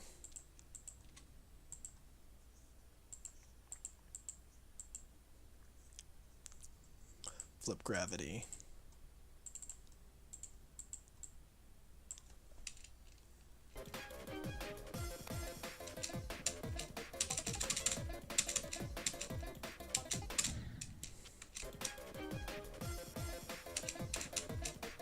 Whoops.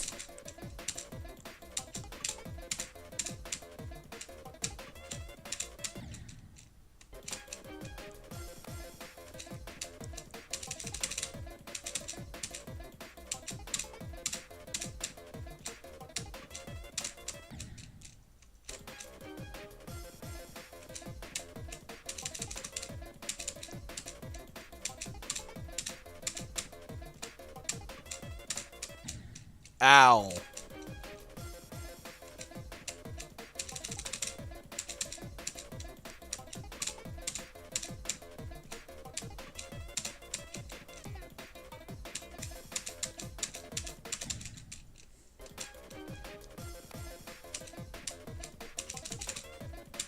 Because I remember last time with the dual part, I messed up the music sync by 1 block.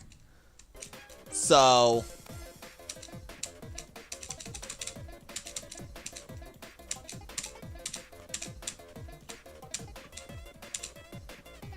Oh, I forgot about that.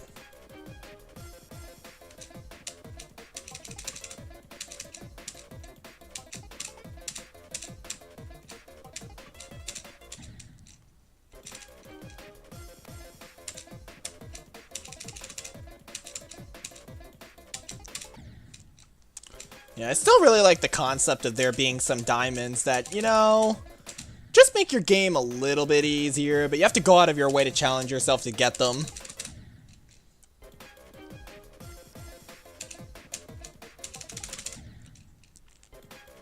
And it's kind of like the rubies where it's kind of the opposite of the rubies, I guess, where you don't have to get them to proceed, but they will make your life a ton easier, just like with the rubies. They don't kill you, but they make your life a ton harder.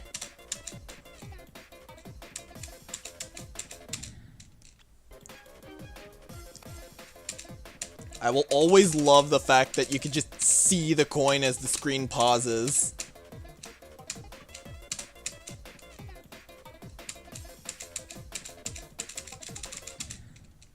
And I accidentally hit the ruby, because that's what we do.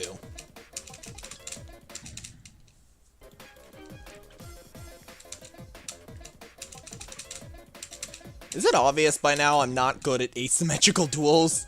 Like, I think it's my worst skill outside of mini wave.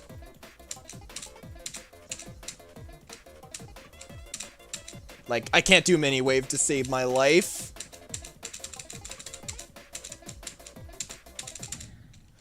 Like, I can't do mini wave to save my life, but asymmetrical duel is definitely a close second. And I jumped too early.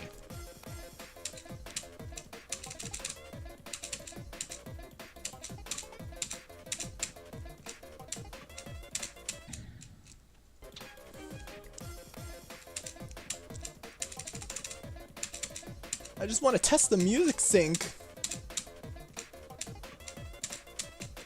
And also get some practice for when I actually verify this level. Ow.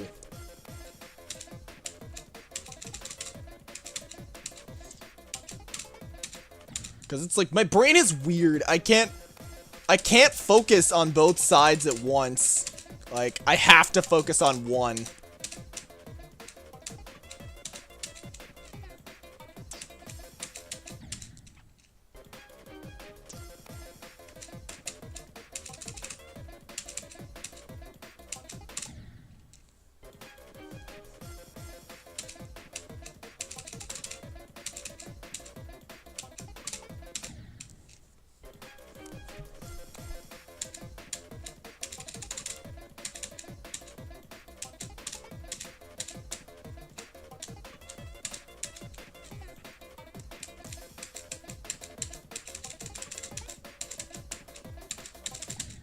Ow.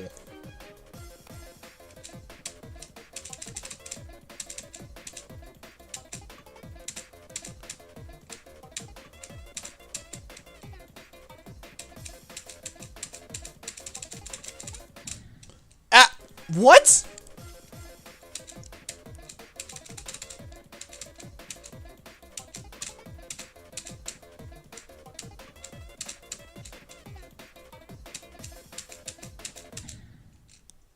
Yeah, but like, I've been trying to do whatever I can with the dual part off camera just to make it a little more consistent. That way, you know, it's not inconsistent, it's just hard.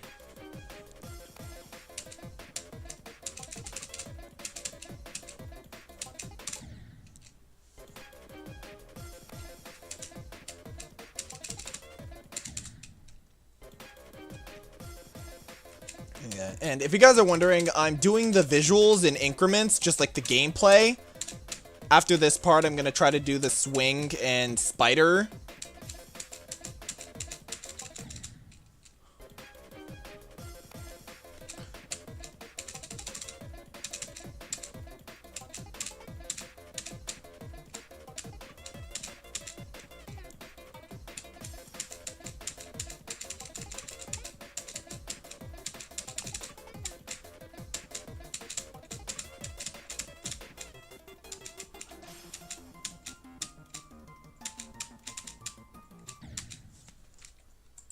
Okay, so that's off as well.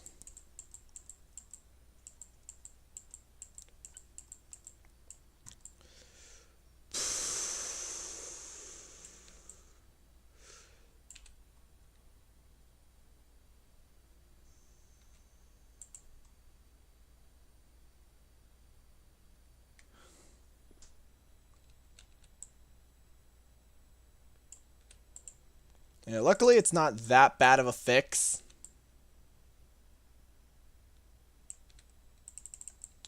I just kind of select everything up to that point and...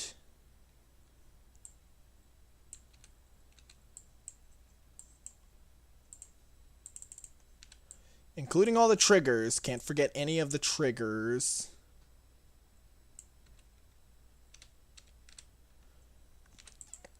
And yeah, I just kind of swipe it back by a block.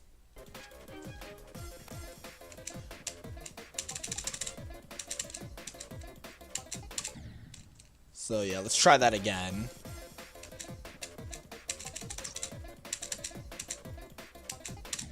Ow.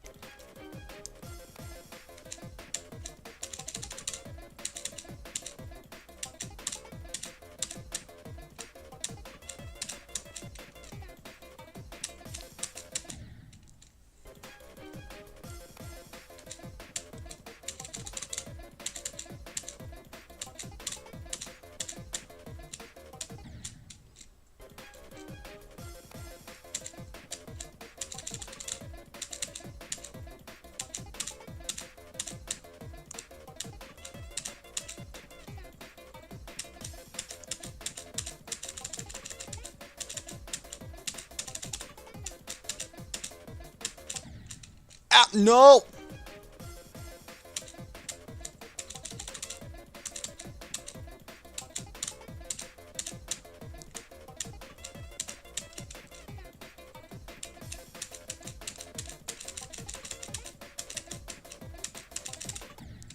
Like, I feel like that's such a sharp angle to turn with mini ship. Is it just mini anything that I'm not very good at?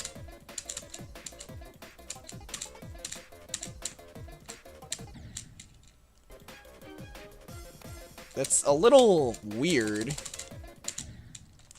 Especially considering I feel somehow I feel more consistent at sideways gameplay than mini ship or wave.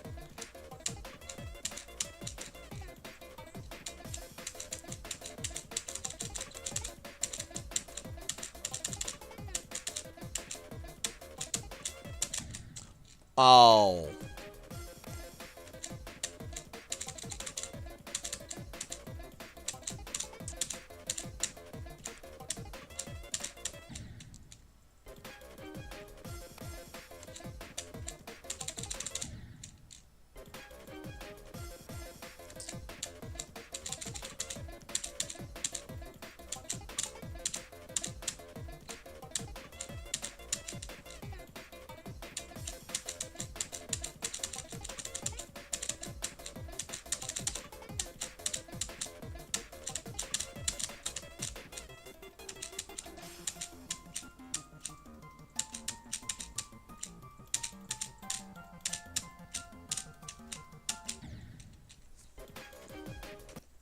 Okay, so that worked. Real quick, like a quality of life thing, I am going to use a force block over here. Just because I don't think that's very fair to be like on the top half of the portal and then you die by the spikes. Where's the force block?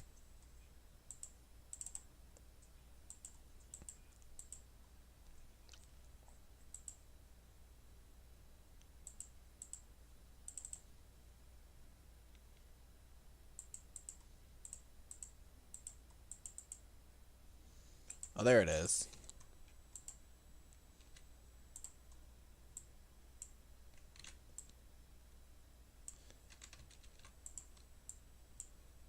Yeah, and we're gonna warp it in a way where if you're on the top half, you get shot down to the bottom. That way you don't get killed by the spikes. Okay, let's try that one last time.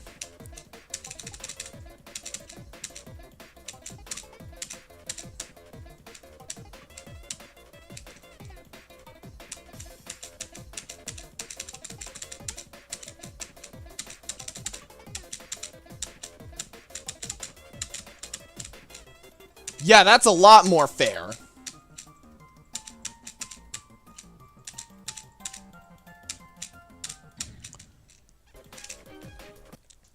Alrighty, so now that we got that taken care of, music sync is good. Let's just play through the level. And you'll see as I play test, some things have changed off camera. I don't know if you saw my community posts. Well, for one thing, I added decorations to the next cube and the ship. I don't know about the shaders I use, though. I might change them out.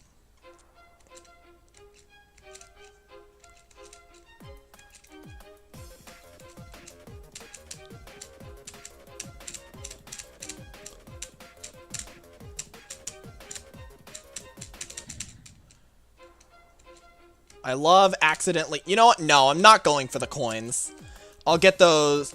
I'll do the verification off camera.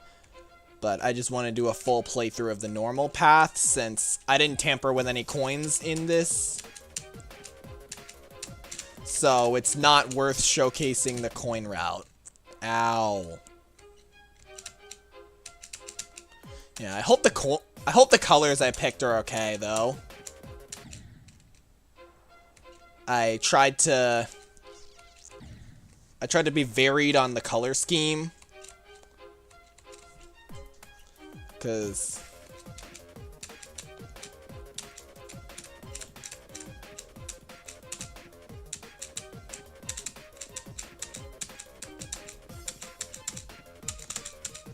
what?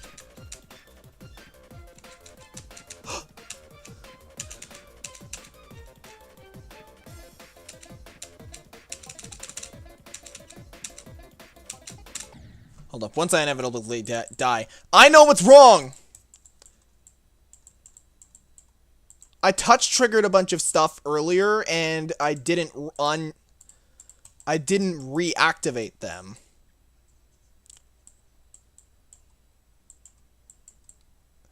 I hate when I do this to myself. So this one, and this one.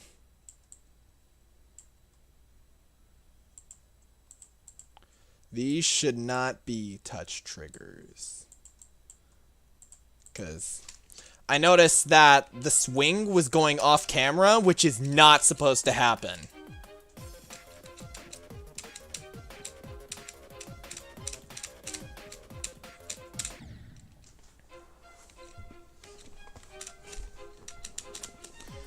Yeah, but once again, let me know what you think about the shaders. I might probably change them. I have little experience in shaders.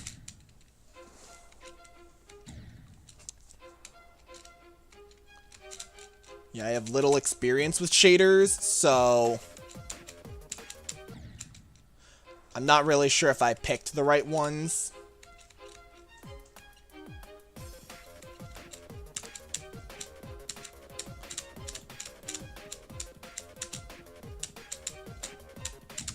But I have been trying to make them along with the visuals because I feel that shaders complement the visuals in a lot of ways, so they should probably be worked on together. At least in theory. I don't know how well that actually holds up in execution, because like I said before, I've never really used shaders.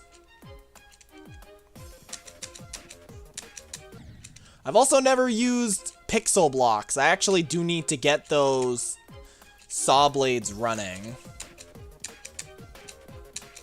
But I figured I'd wait for that until right at the end of the level building, at least for gameplay.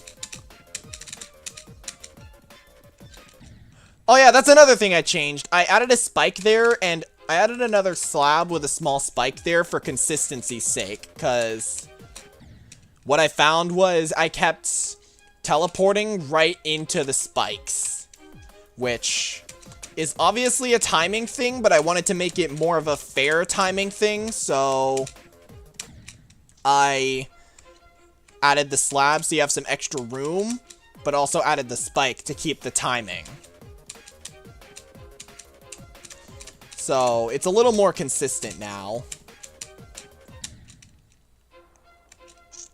Oh yeah, can I just ask a question? RobTop, why don't these saw blades have hitboxes?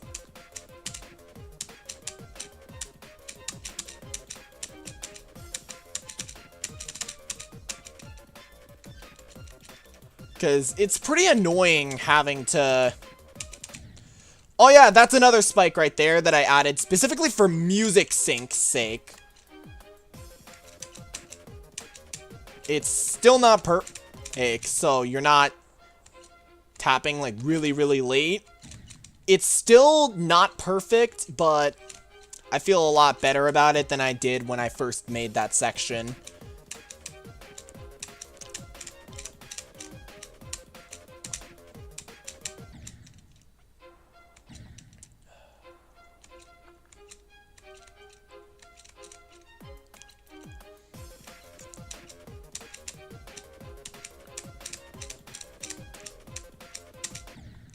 Yeah, I do like the different shaped gems as well, because they give a lot more personality to the level compared to the geometrical dominator shape, where it's all the same shape. I'm really glad they added pixelated gems. Yeah, and I'm still considering making pixelated versions of portals and orbs and stuff. It's a solid maybe. Like, if I could get it to work, that would be awesome.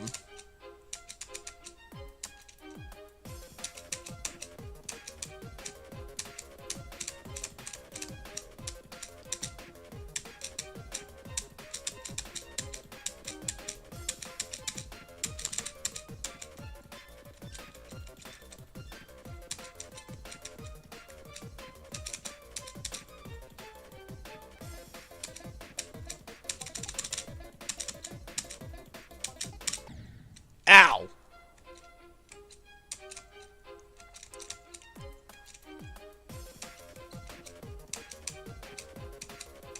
Yeah, this is definitely proving to be a hard level. Like, I learned this with Electronoob. If I have such a hard time beating it every time I sit down, then, that's probably a good sign. If I'm trying to make a really hard level. I missed the gem.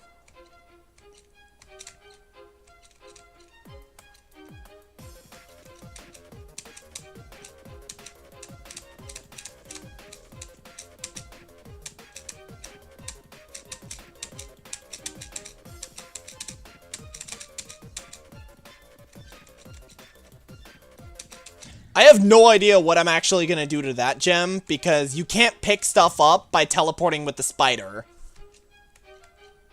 So, the diamond in the cubbyhole, I'm going to have to get creative once I decorate that part.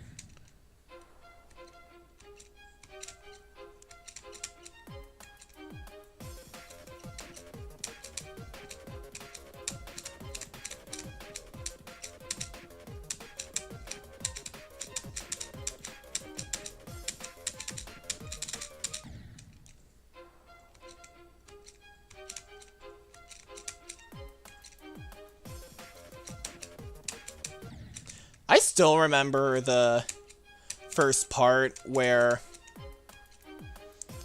there was a teleport orb. Them's for the days. I think that the newer version flows much better, since the teleport orb from before gave you, like, no time to react. Because it was right after the camera transition.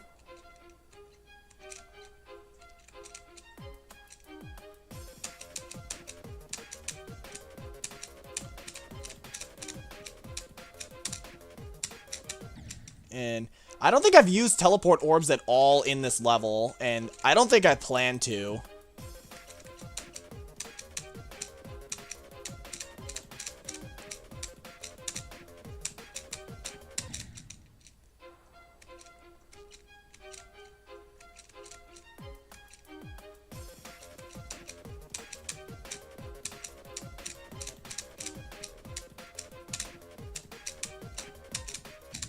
Ow.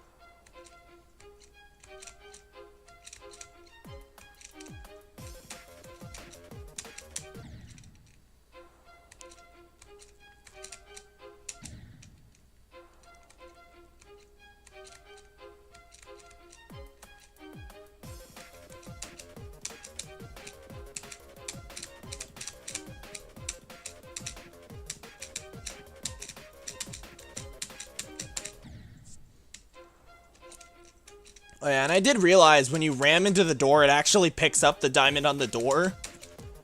And although I was going to fix it, it was just so goofy that I decided not to.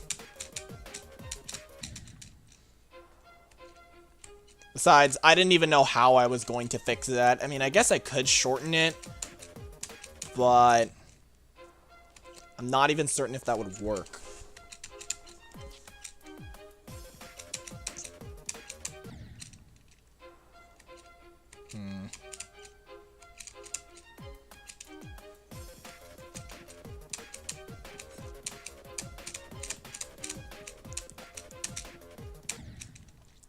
But like, I know I've definitely said this before, but I feel like every time that I make this level, I could just feel how much harder it gets. And it makes me worry that I'm just gonna go insane trying to verify this level. Especially since in order to verify it, you have to get all the coins. I'm struggling, and I'm not even getting the coins. See, I missed the diamond again. So, it definitely makes me wonder if I want to explore making easier levels in the future. Because I remember when I was a kid, I really wanted to make the hardest levels possible, and now that I have the skills to actually do that, I can... It actually burns me out whenever I playtest half of them.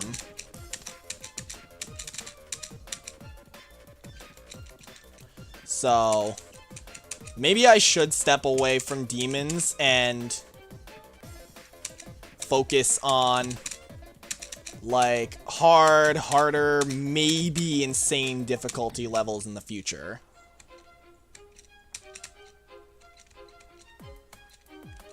Okay, my phone's gonna die, so I gotta put it on the charger.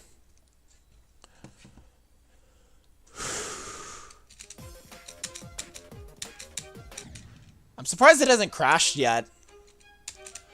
Because when I was trying to figure stuff out, I had to switch encoders. I don't think I've used the OBS software encoder before.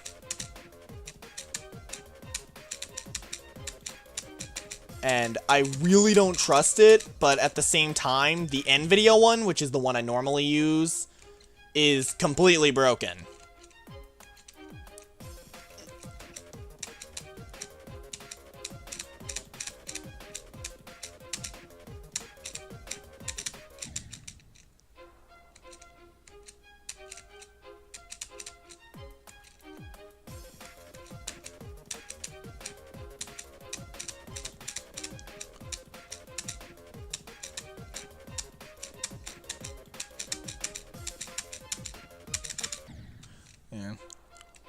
This kind of makes me wonder if this is an art style I want to explore in future levels, just like a really sharp pixel art style.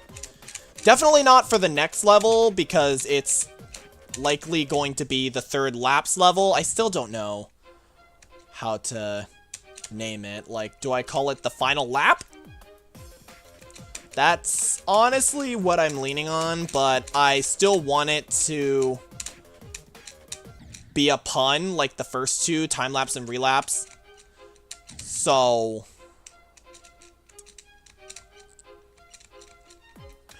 I'm also thinking troll laps because I want to use the orb blocking gimmick in ways that kind of troll you into hitting them when hitting them either kills you or makes it harder. But I also think that troll laps, 1, is a little too on the nose, 2, makes me think of You've Been Trolled, which are just some of the worst levels in this game. And 3rd, like I said before, I really want it to be a pun like the other 2.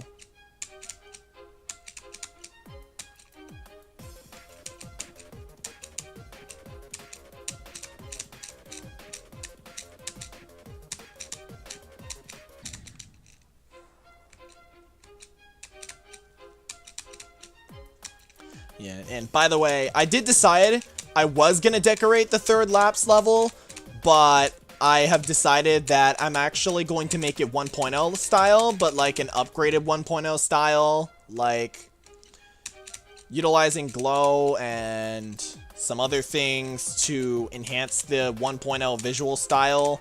Kind of like time-lapse, but further. Yeah, the difference being time-lapse is 1.0 level that has like minor enhancements through like glow on the sides of blocks and stuff. And relapse is a completely 1.0 style level besides the first coin, which I like the idea of the first coin, but it did not have great execution. Although I do like the glow as kind of like a callback to time-lapse.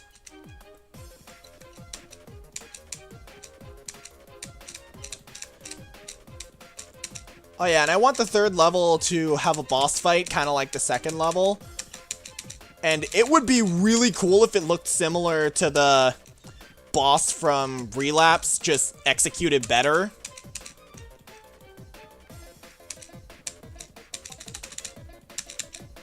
Because one thing that I kind of fumbled with the Relapse boss fight is you don't actually attack the thing. And I think that's mostly because I had no idea how to do that. But nothing you do actually does damage to the boss. It just kind of kills itself by charging up its attack too much or something. So that is one thing I want to improve in Troll Laps. Make a boss fight that you actually have to participate in.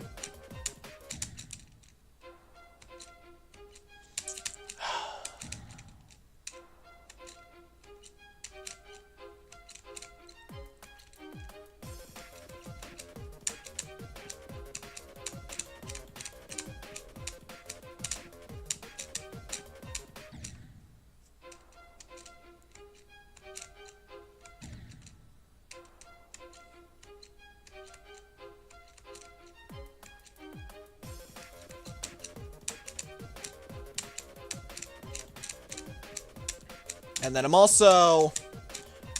I've started making a level. The current placeholder name is called Shakedown. I wanted to challenge myself making a really easy level. Specifically, it's for my girlfriend who's fairly new to the game.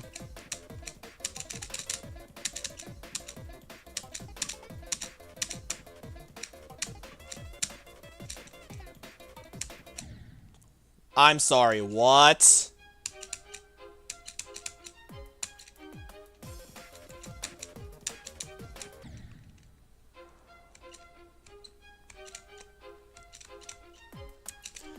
Yeah, but I kind of take inspiration from the official levels and how easy they are, along with GD Colin's video on easy levels and some other stuff. And I think one thing I want to try to avoid in Shakedown is some of the newer mechanics. Like, I wouldn't say it's built for super new players, but I also...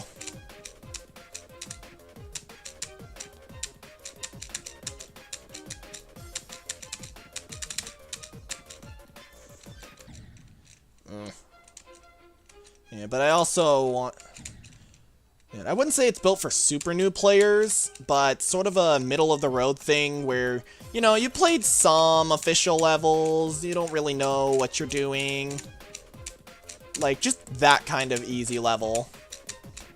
That's the kind of player my girlfriend is.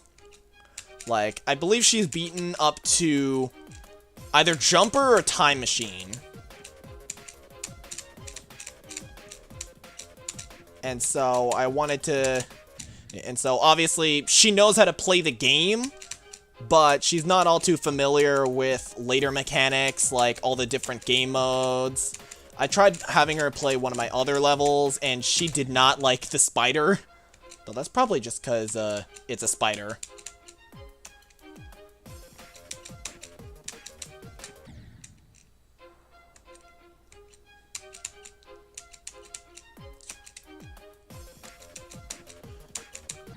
So, yeah, I wanted to make a level for players like her who know how to play the game but aren't too familiar with new mechanics.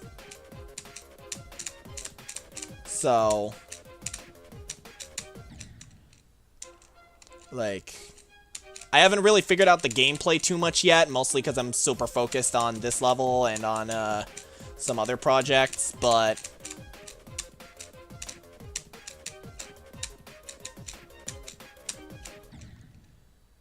I think that once I do figure out something, it'll turn out to be a pretty good level. Although, I'm probably not going to call it Shakedown. That's just a placeholder name, mainly because I don't know what sort of vibe I want the level to have yet. Like, I haven't figured out what sort of mechanic... Actually, yes, I have. I have figured out what sort of mechanics. I'm probably...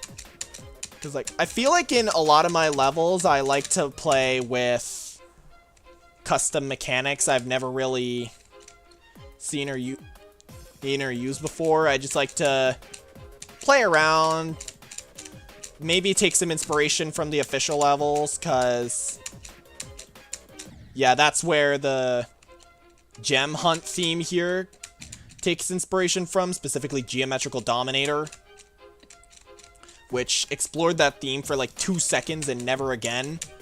Also, surprisingly, Generation Retro. Generation Retro was the inspiration for the first Diamond Room, because... Get out of my way, fly.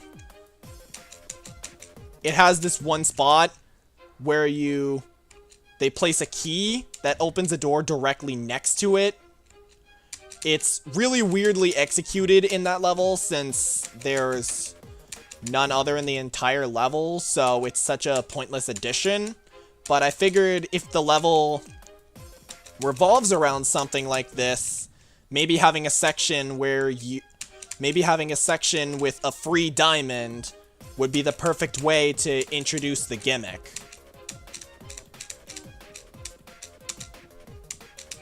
So,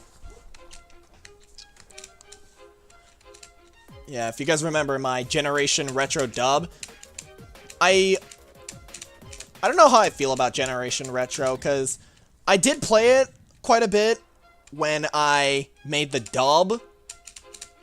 I thought the story was a little silly. Like... But I think the charm was definitely there. Yeah, I think the charm was definitely there with Generation Retro. The Space Invaders theming, the shields theming. I remember what they did with the shields. It makes me think they actually like Space Invaders, which is really wholesome. And it feels like less of a callback and more of an homage to Space Invaders, which is pretty cool because I've done that several times with Rewind, which is an homage to the old way the way people used to play Minecraft back in the day. My 100 drops video, which is an homage to the 100 drops series that Luke the Notable stopped posting on. Yeah, I think the charm is definitely there. Unfortunately, though, I do yeah. There's another thing I really like, and I don't know if this sounds wrong, but the broken English actually it makes it feel like the aliens are, well, aliens who don't know how to speak English. I know that the aliens not really speaking English correctly was a mistake on the creator's part, because they are Spanish. But honestly, it was a surprisingly charming thing about the level.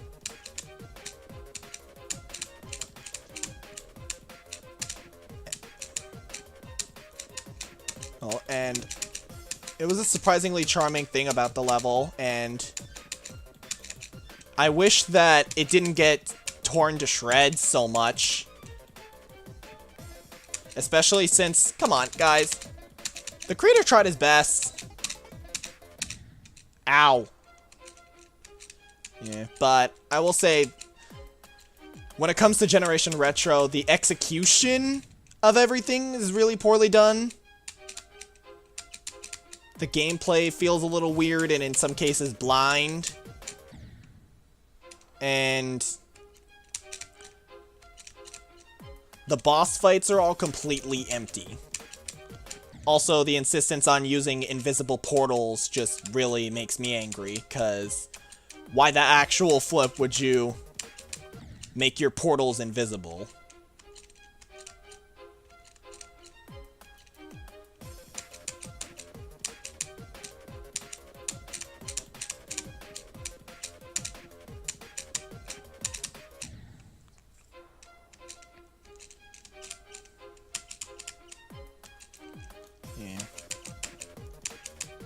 But yeah, that's my opinion on Generation Retro. I really hope that they make a sequel. If they make a sequel, that will be the next level that I dub. Because I really liked dubbing the first one, especially since I know this sounds horrifically bad. No, it doesn't. I just realized that. But it was really fun since the sync of the dialogue was the pacing of the dialogue was horrific, so it was kind of funny doing all the voice lines and realizing, wait a minute, they all overlap on each other.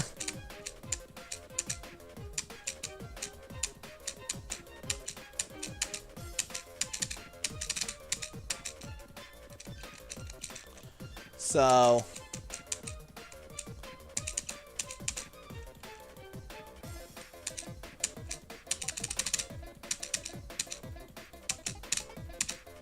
just a little minute detail I really liked when making the video. But overall,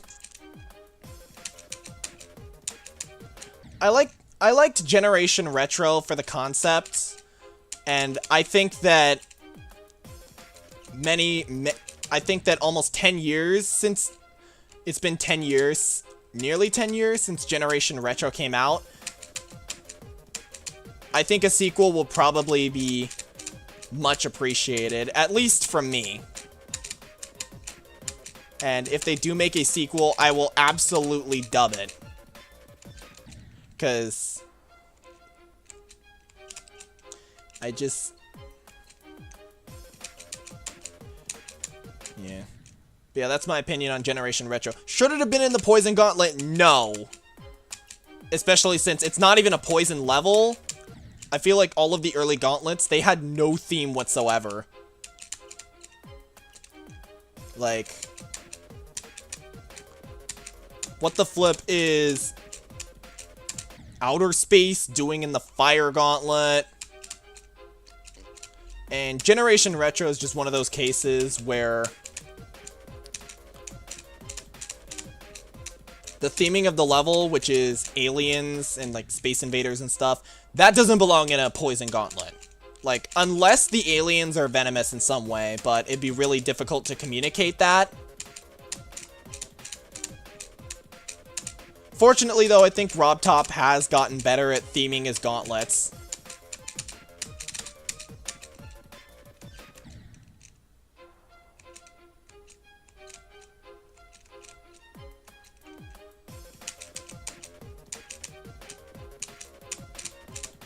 I feel like I'm gonna be here all day.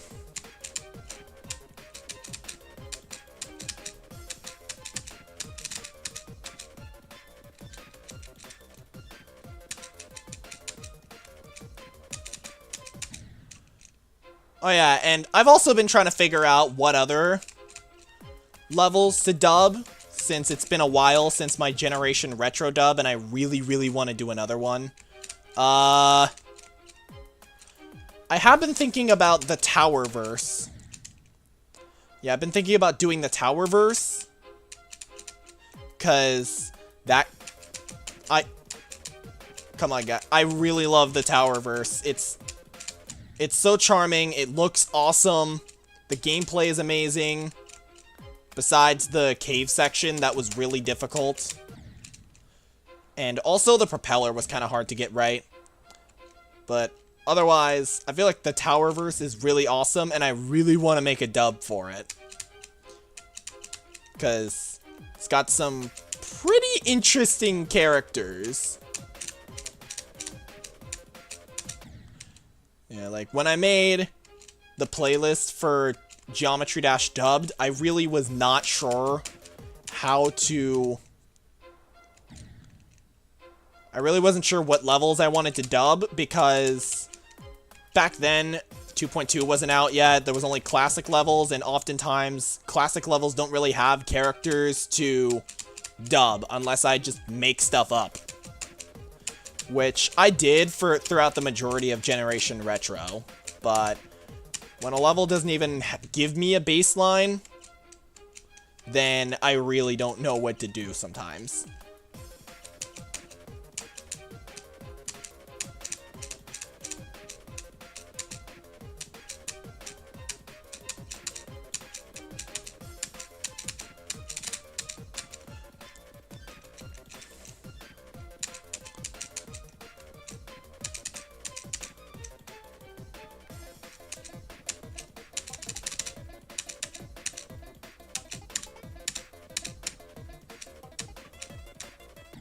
Oh yeah, and quick thing.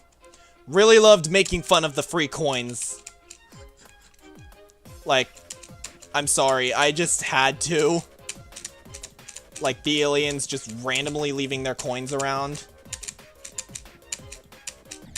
Ow.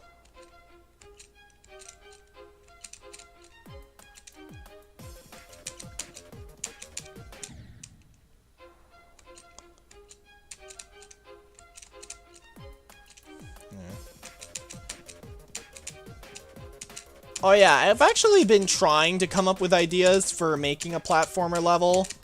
I don't generally play platformer levels as much as classic levels.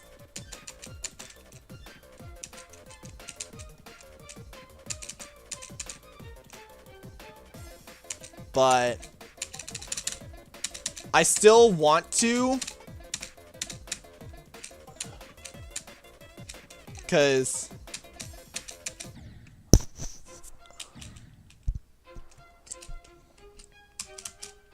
yeah, I haven't really I don't play platformer levels as much as classic ones, but I actually do want to, because it kind of reminds me of Mario. I used to play Super Mario Bros. U, which I understand probably wasn't the best game of the Mario games.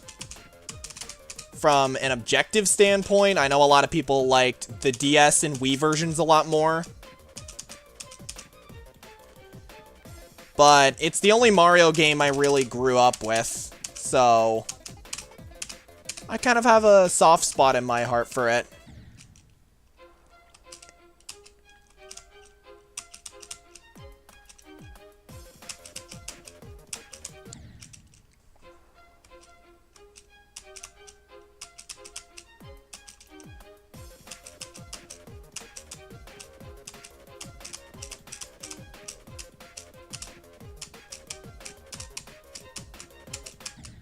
Ow. Yeah. And the platformer levels I have played, which are Towerverse. There was this one level with a scuba, which is really, really good. After I playtest, I actually need to figure out the name of that level. Because, oh my gosh, it was amazing.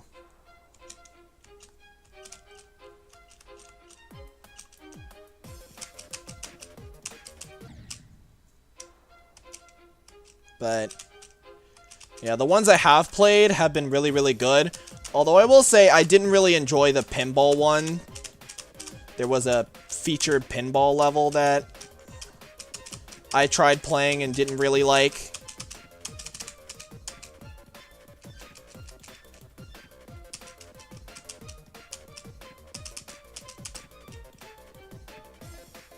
Oh yeah, how do you feel about me using, like, portals and stuff for 2.2 stuff instead of, like, 2.2 stuff? Like,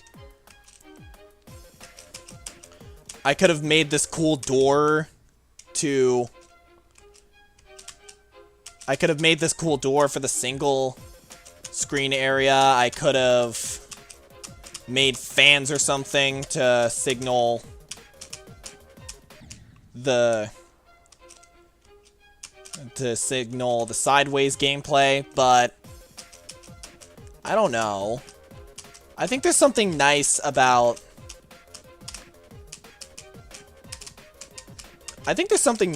using a gravity portal for it.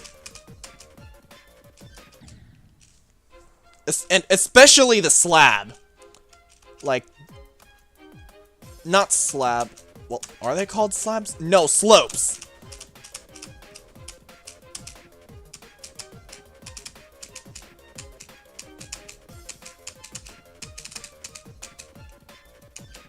Yeah, I think there's something nice about using pre-established game mechanics to signal all this new stuff. Because with the gravity portal specifically, you're already...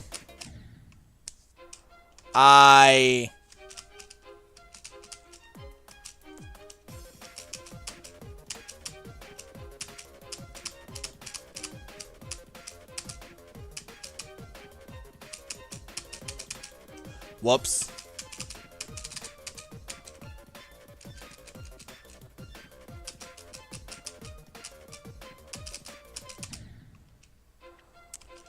Yeah, like, the gravity portal just kind of takes some inspiration from Dash. It does the same thing with the sideways ball. His ball with the camera movement. And honestly, I just think there's something nice about it. And with the slab specifically, it is a little weird running into walls that look like they kill you. And I saw the slope thing from I saw the slope thing in GD Colin's review of Dash and thought, that actually looks really natural. And yeah, that's what made me use it here. And I think the teleport portals, while I could have gone with cool doors, I think the teleport portal saves a lot of time waiting. And once again, lets you know exactly what you're getting into, even if you haven't played this level before.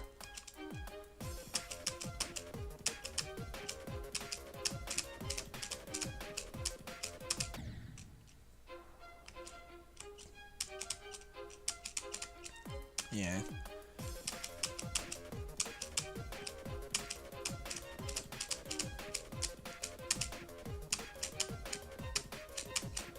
Yeah, I know it's not the most interesting thing in the world. It's definitely more traditional.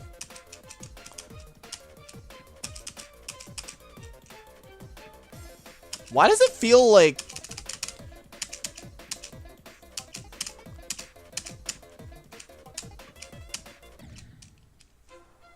Alright, I'm going to go into the editor to see what the flip is going on with this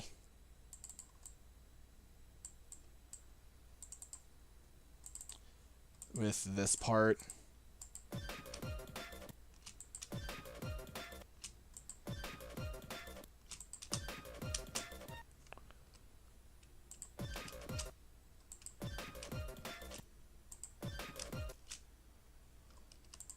Oh, I'm probably hitting the wall because I'm jumping too early.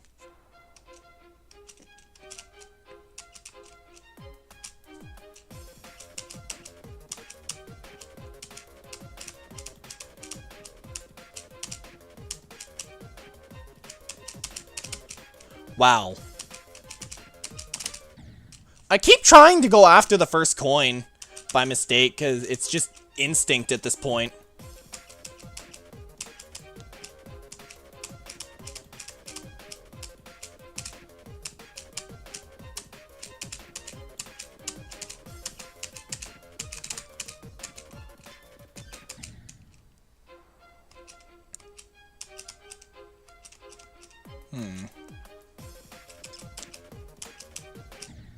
Ow.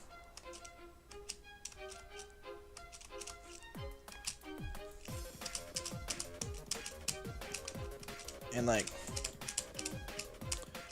I have been thinking lately of trying to get a verifier person who's better at the game than me, but I don't know. There's just...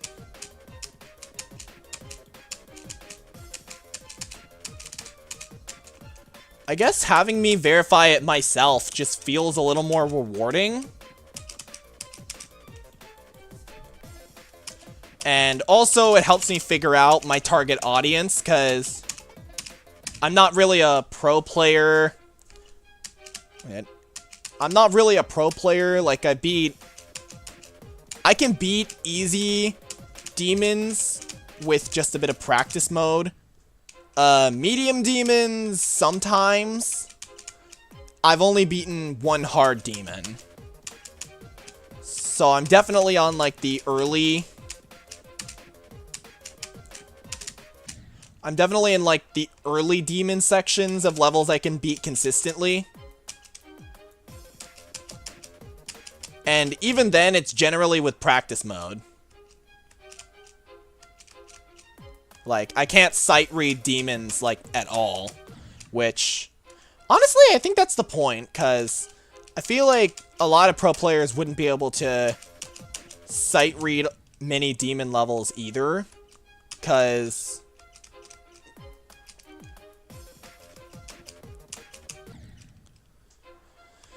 you know, demon levels aren't really meant to be sight read. Some of them require memory, some of them require really technical gameplay, and you might need a bit of practice to figure out how to respond to the obstacles and stuff.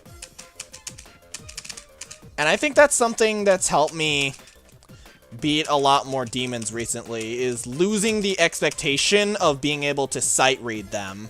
Like, on the first... it is like... I've lost the expectation that I'm gonna be able to sight read demons, because a lot of them, you know, demons are so technical that you can't really sight read them unless you're like really you have like really good reflexes.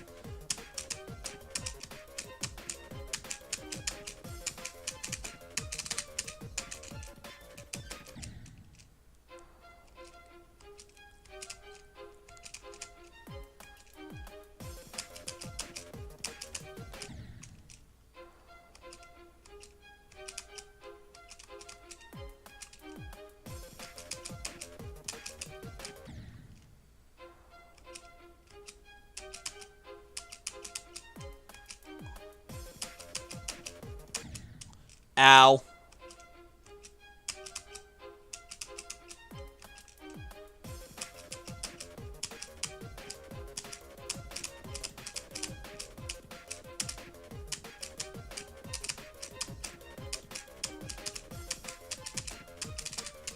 Yeah, but I think verifying levels myself instead of having someone else play them. Like, obviously I'm gonna need playtesters and stuff, but when it comes to the actual verification process, I think having me play them myself as opposed to handing it off to a verifier, which obviously I understand why Extreme Demons have to do it, because you need the best out of the bests to verify an Extreme Demon, but for me it just makes me feel a lot more connected to the level, I guess.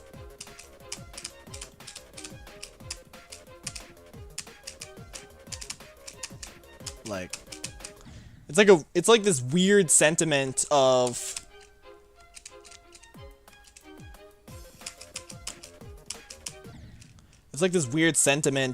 I made my own level, but can I beat it?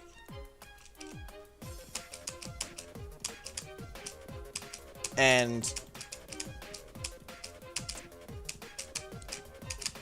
in the end, it just feels really good when I do. Especially if it's really, really hard. Like Electronoob, which I was actually supposed to make a whole video with Electronoob verifying it, but I failed to do it on camera, and then while I was editing it got really glitchy. And I ended up verifying it off camera instead, which was kind of a bummer.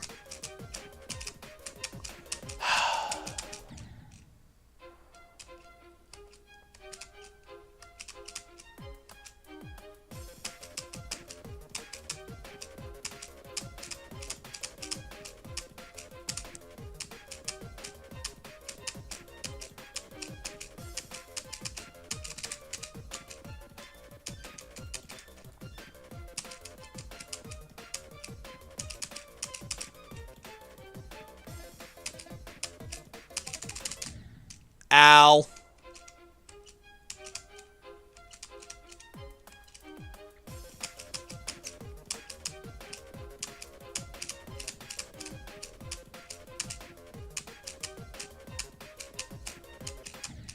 What?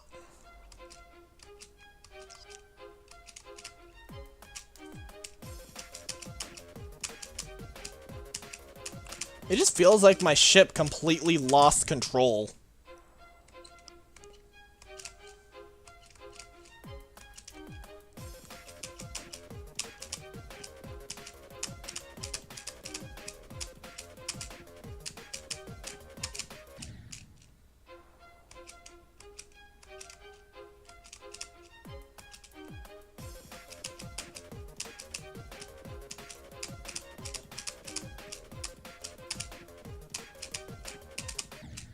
Ow.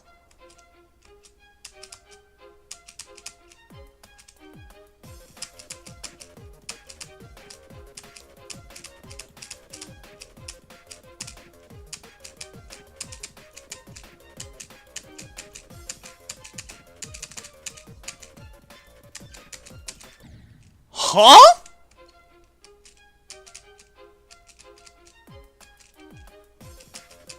You guys heard me click there, right? Oh, wait, no.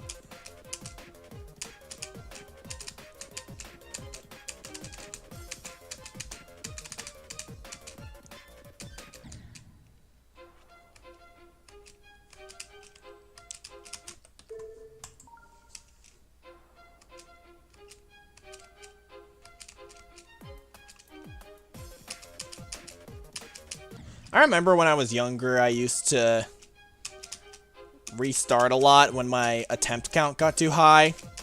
Because, like, I was convinced that it got a lot harder when the attempt count got too high. I'm pretty sure it was just burnout, because it didn't help at all.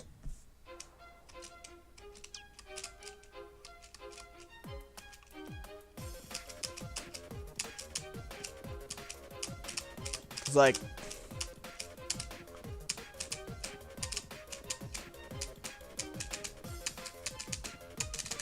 I don't remember why I kept doing it, because it just didn't do anything. I guess it felt like it was doing something, maybe.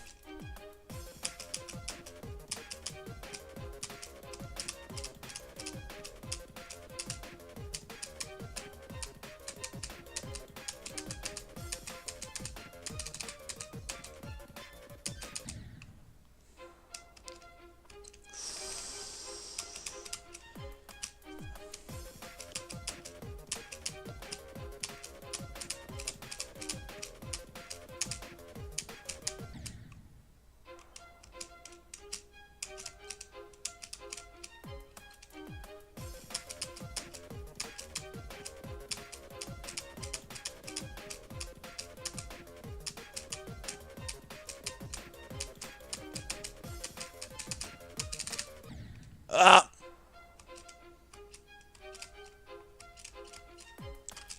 me get a drink real quick.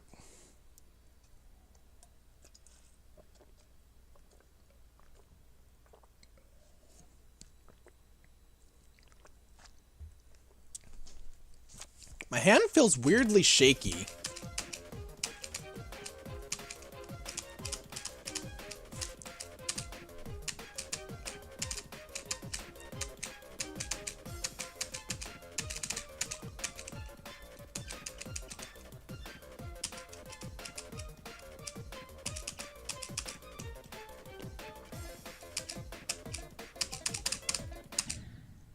Ow.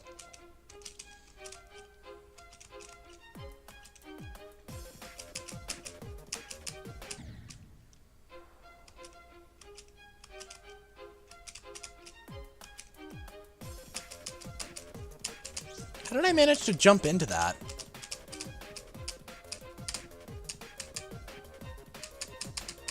Oh. How did this become instinct?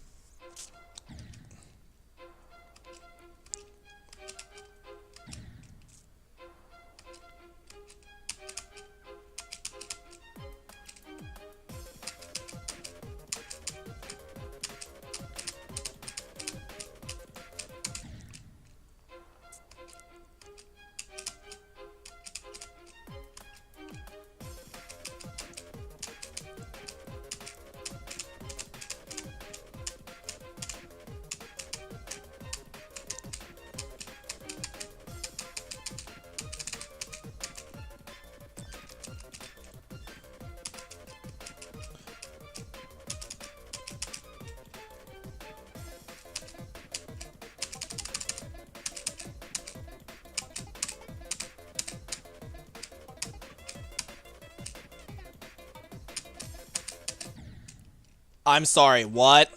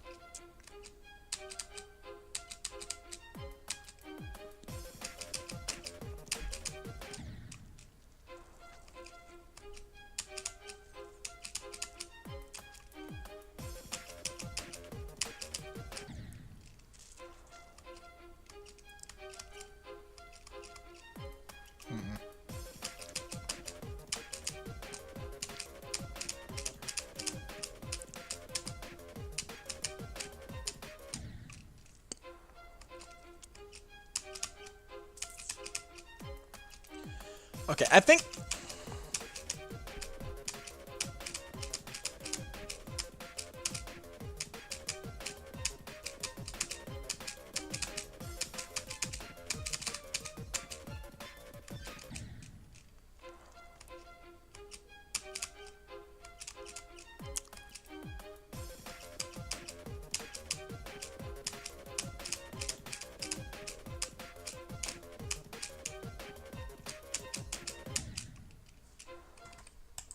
Okay, so, after all that, I think I can safely say that I need to find a new spot for...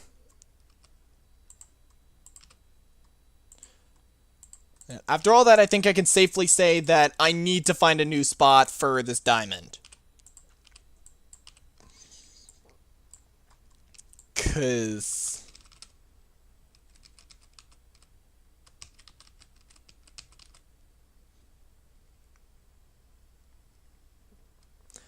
I don't think that's very fair.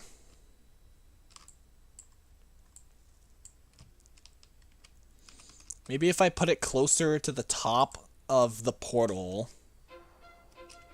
So you have to fly closer to the spikes.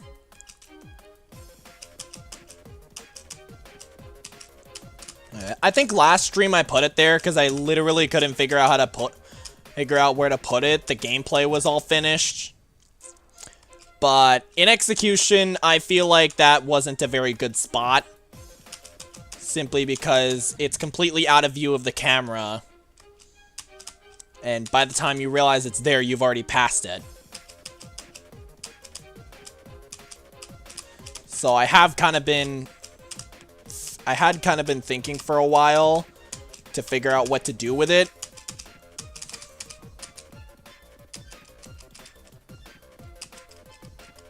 And if that doesn't work, then I might just restructure the gameplay. Because I don't know if that's too free.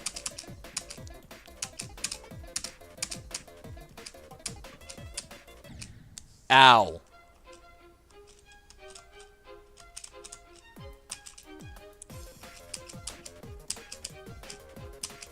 Yeah, I don't know if that's either too free or really unfair.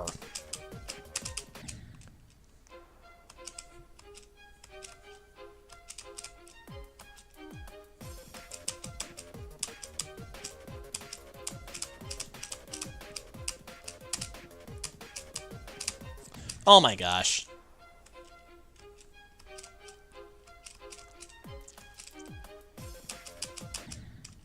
Ow.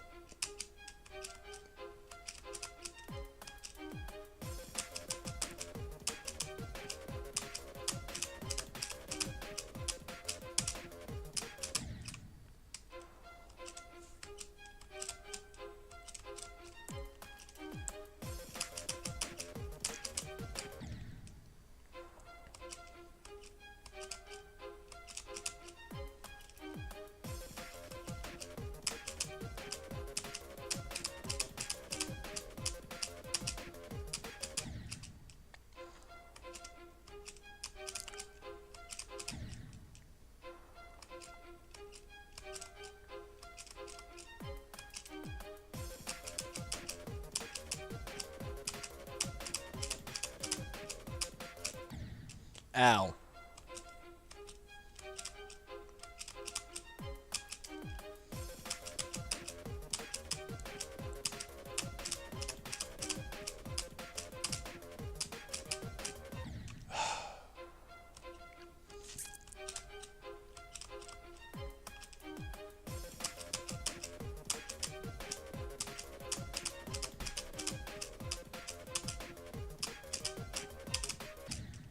I'm gonna be real, this is completely making me...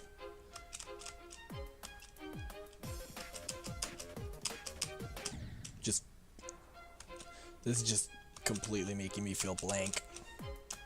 Just trying and failing over and over.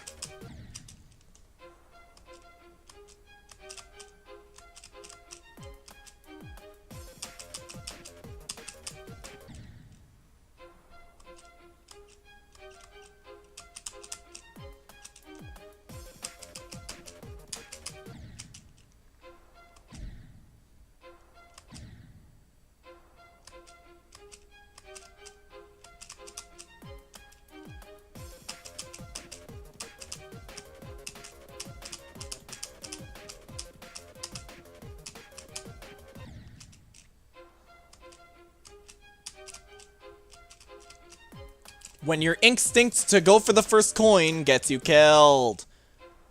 Again, I have no idea how this happens. Ow.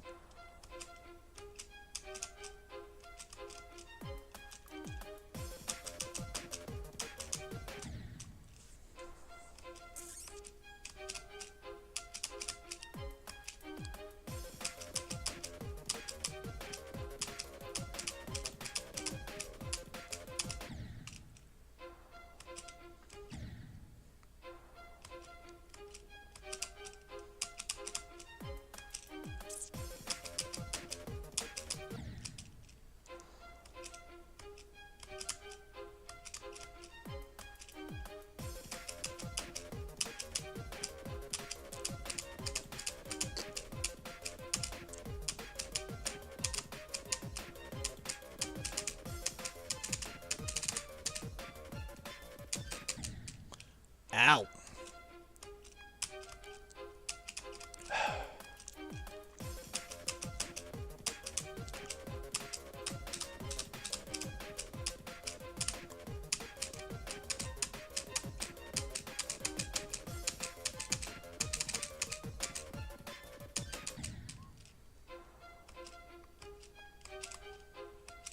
Yeah, with that spike in particular and the spider, I was really...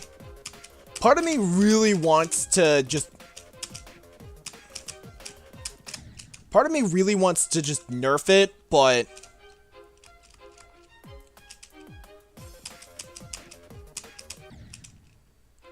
The other half is like, remember, it's a demon level. Choke points like that are just part of the game. Ow. Although I'm definitely going to have to figure out something to do with this dash orb, because it's super inconsistent. Yeah, I'll probably figure that out off camera, but I'm definitely going to have to add that to my notes of things to solve.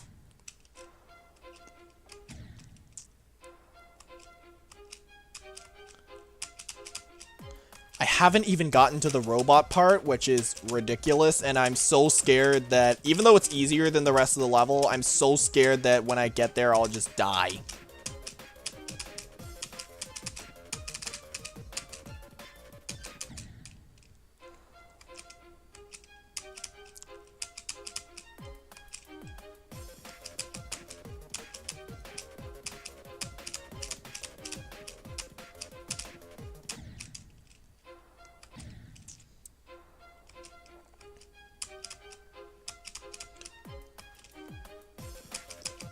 Honestly, the saw blades not spinning is pretty creepy.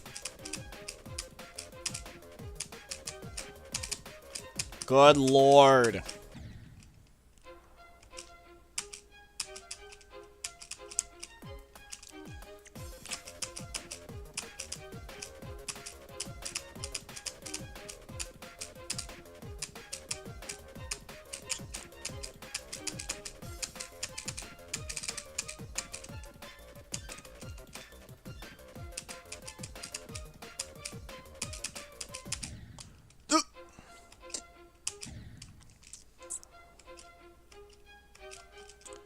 Yeah, that is one negative product of the music sync thing, though, is sometimes I just accidentally launch myself into the spikes.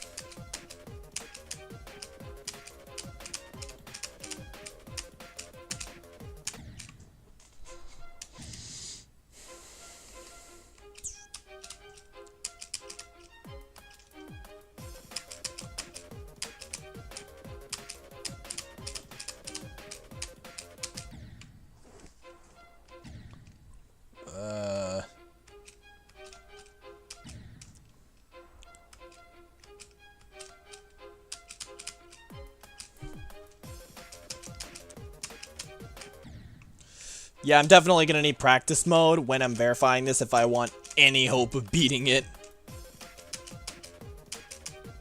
Because, like, just look at this nightmare. This might actually be the first stream that I... This might actually be the first stream without a completed playthrough. Oh, simply because this is draining me so much.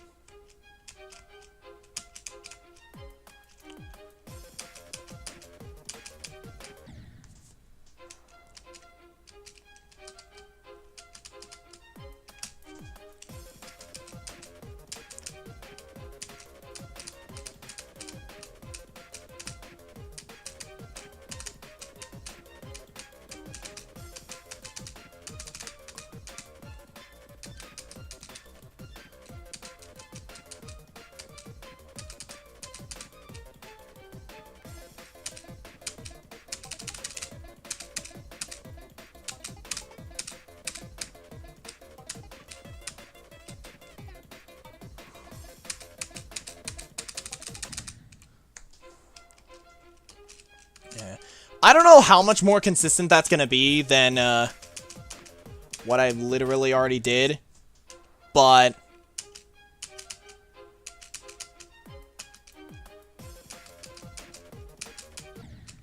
Like, it feels better than a blind diamond, at least.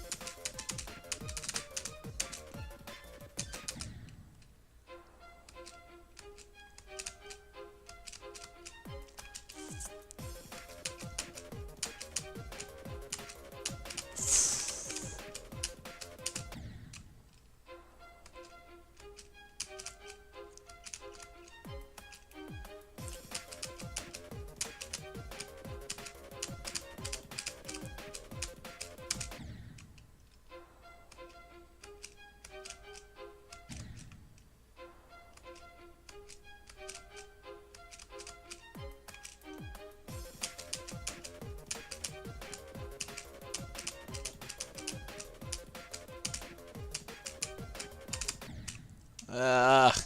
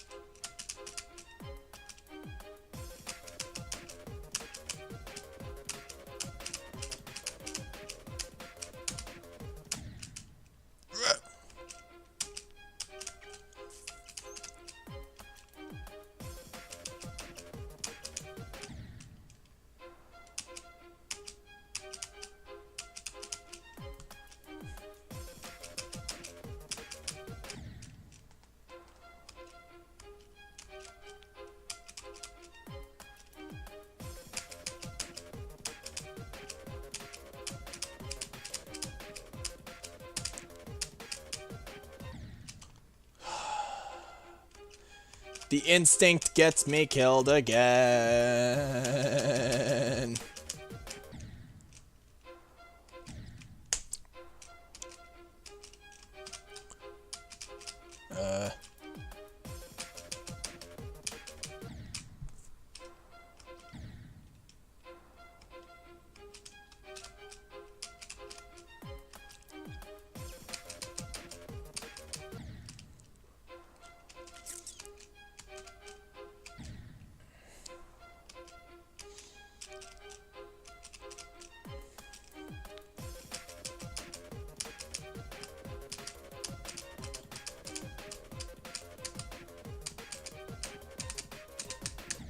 Ow!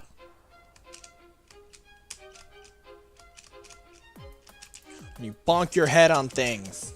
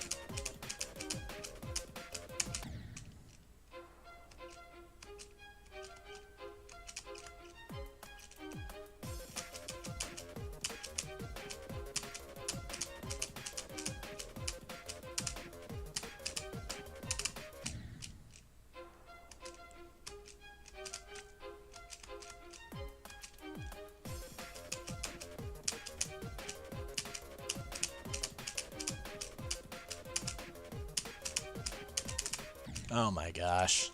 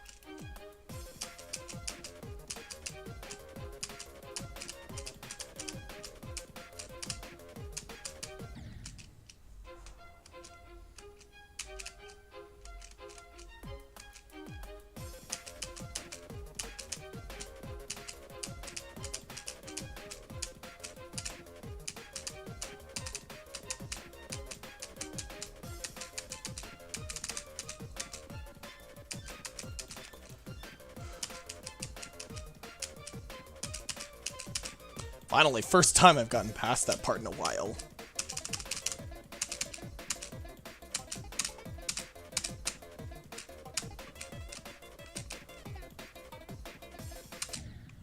Ow.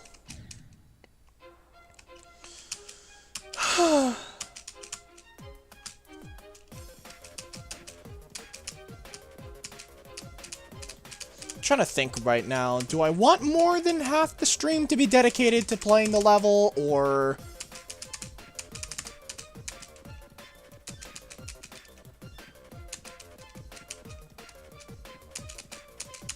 do I not want half the stream to be dedicated to playing this level?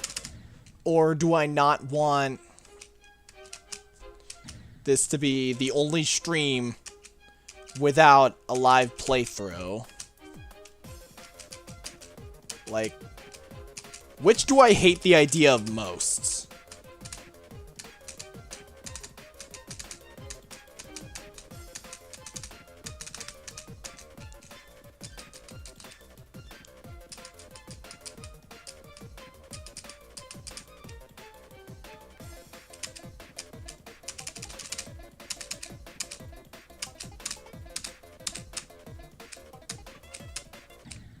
Ah!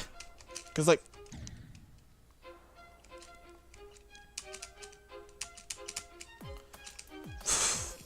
I like to play through the full level at the end after I build new sections to help you guys get a... so that you guys can get a better feel of how the part meshes with the rest of the level. Because that is something I've been trying to prioritize lately. It's... how do these parts feel like a welcome addition to the level?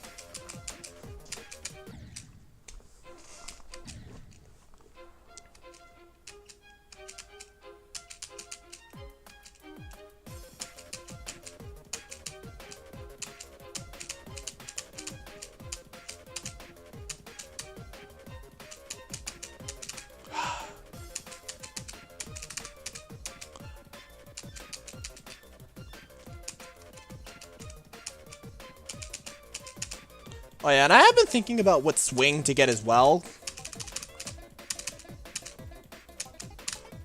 It's kind of hard, though, when I don't really vibe with any of them.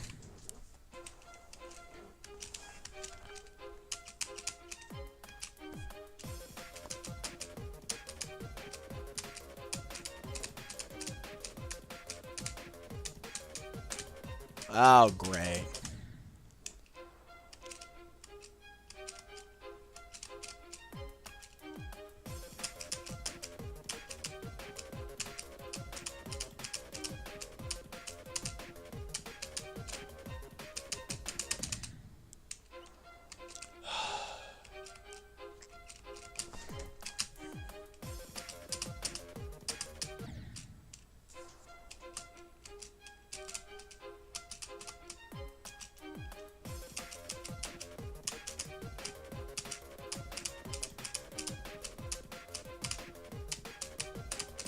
Oh my gosh.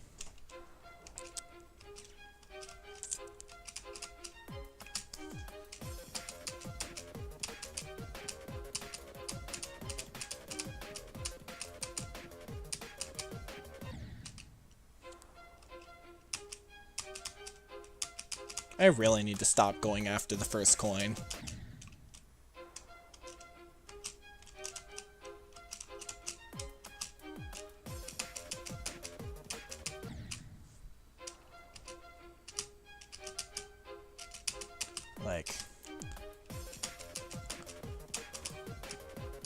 Like, what I mean with the swing thing, and this is something that I struggled with the spider for a while as well, before I settled on this spooky little guy. It's like, a lot of the icons are ones that I have right now. They're not just picked to fit a certain kind of theme or...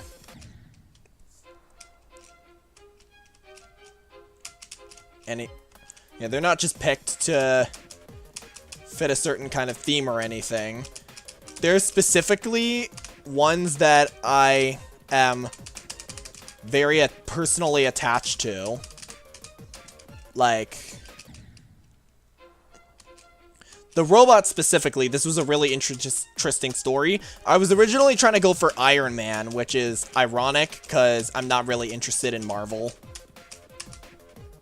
But then I saw Robot Guy in the icon shop, and I just immediately loved him. Like, without a second thought, I saved up enough orbs to get him, and I still have him to this day. I believe I got him when I was like 12, because that's around the time I beat Deadlocked, either 12 or 13.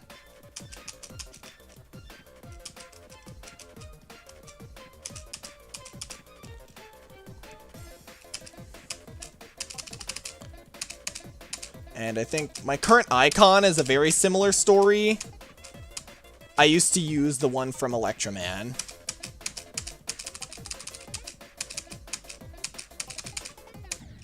Shoot!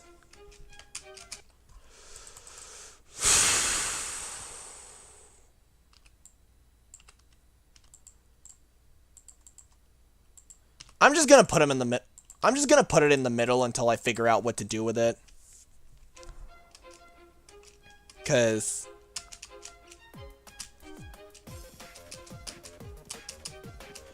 I'm just really tired. It doesn't seem like my solution helped at all.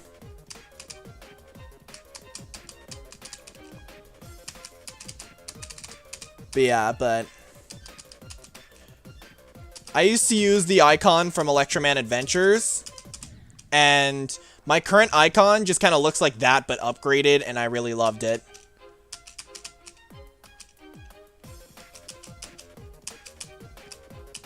And then my ship, I like to imagine, is the Dragon Frostbite from my imaginative adventures and stuff. I don't remember why I fell in love with the ball. Same with the UFO, but I fell in love with both, and I've never been happier.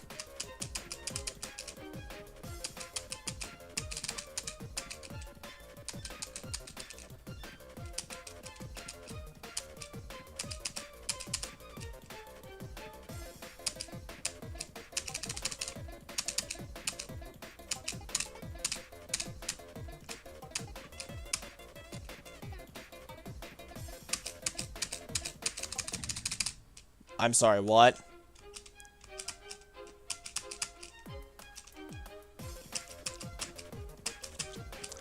And then I think the wave, I used to use this rocket-looking one, but then I saw a bat sword in the icon shop, and I was like, oh, yes! Because my specialty in Minecraft is sword combat, so as soon as I saw the bat sword, I knew I had to get that one. And I absolutely... It's probably my favorite thing out of my icon set. But I've always struggled to find a spider and robot that I actually like. Because none of them really hooked me in the same way that the rest of my icon set has. Like, I like to imagine my ball is like Frostbite, the dragon, just like curled up into a tiny ball. Because it definitely looks similar to the dragon ship.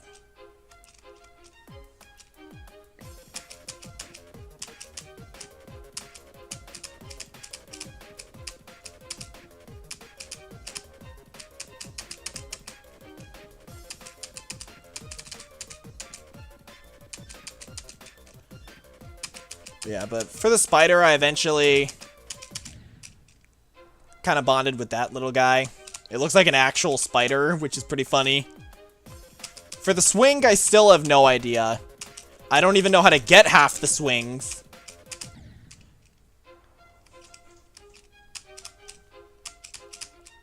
But I don't know, I guess I've just been browsing the icon shops recently, trying to figure out what to do, and I temporarily settled on Whatever that thing is. If they released like a dragon-looking swing, that would be so cool, because it would continue the trend of Frostbite curling up into things.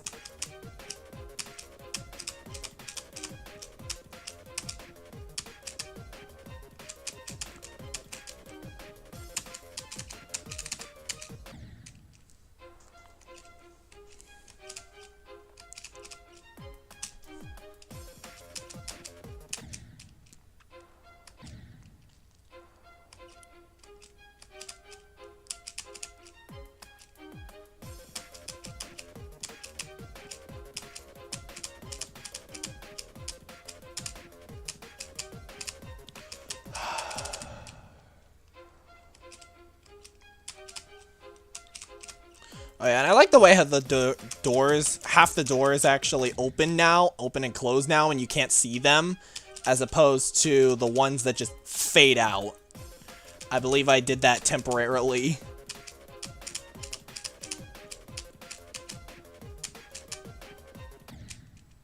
Huh? Now that's just weird.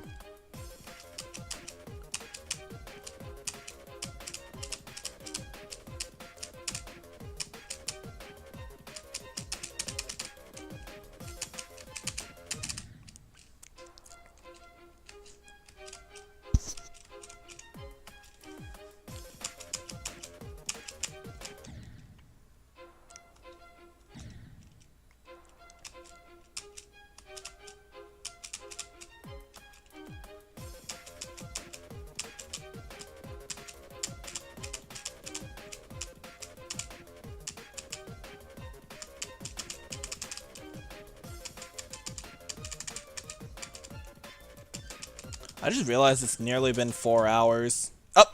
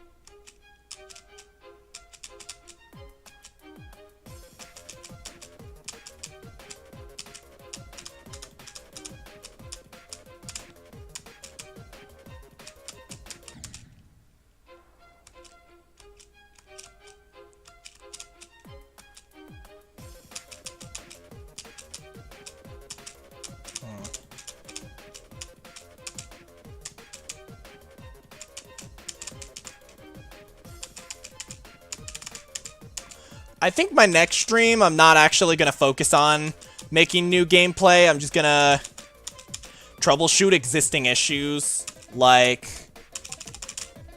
inconsistent click patterns. I'm going to figure out where to put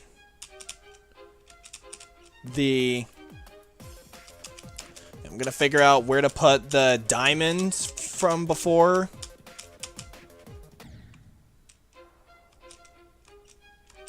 And yeah, just other stuff that are causing issues with the level. I might do music sync, troubleshooting.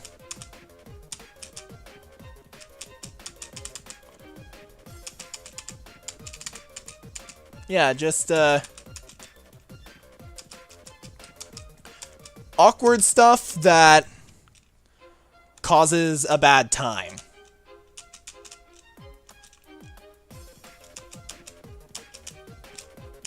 Because I feel the more I make, the more I notice bugs in previous sections. Like, you guys just saw I teleported behind the block with the pads by mistake. So I've got to either extend that platform or add spikes to make it more clear that that's bad.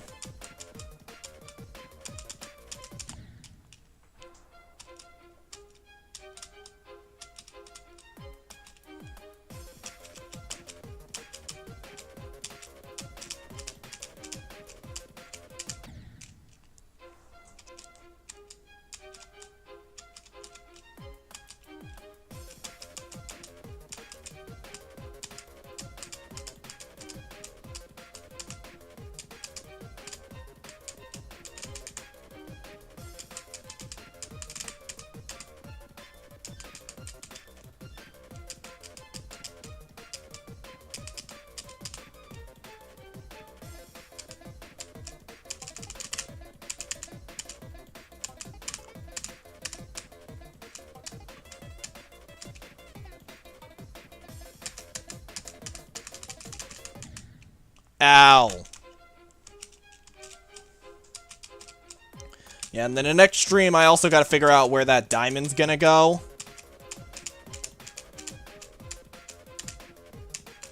I feel like that's probably gonna be the first order of business.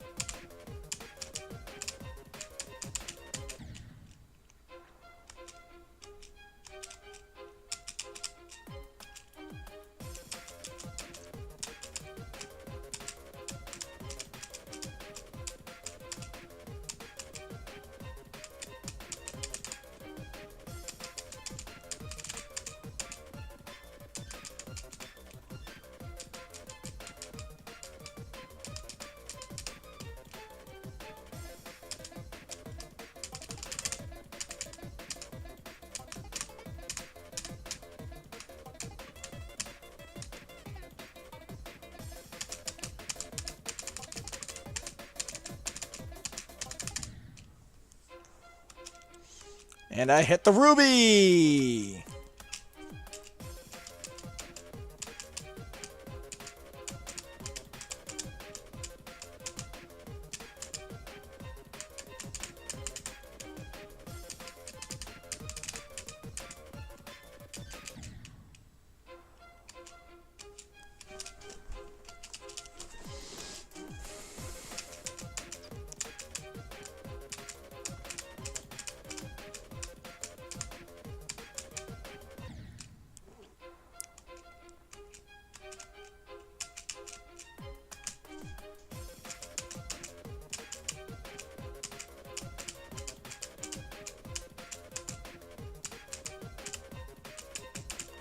Oh my gosh.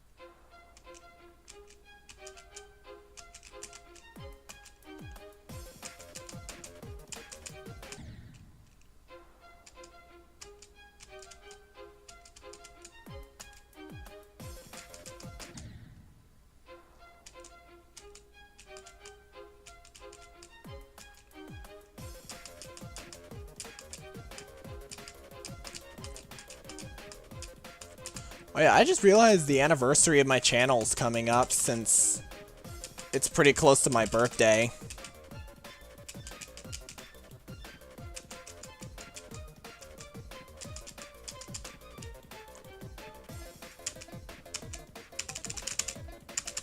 I remember last year I celebrated with a new OC. I don't know what I'm gonna do this year. Alright.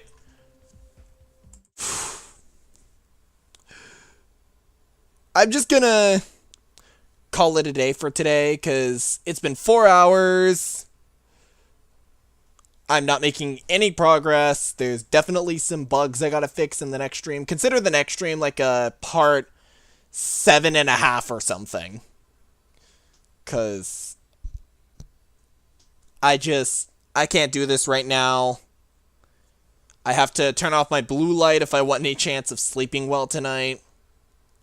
And the more I play, I feel like the more I play test, the more empty I feel, I guess. Does that make any sense? But yeah, I'll definitely be coming back soon with a part 7.5 or part 7.2 or something, where we just go through the level, troubleshoot a bunch of things, kind of like a mini stream, I guess.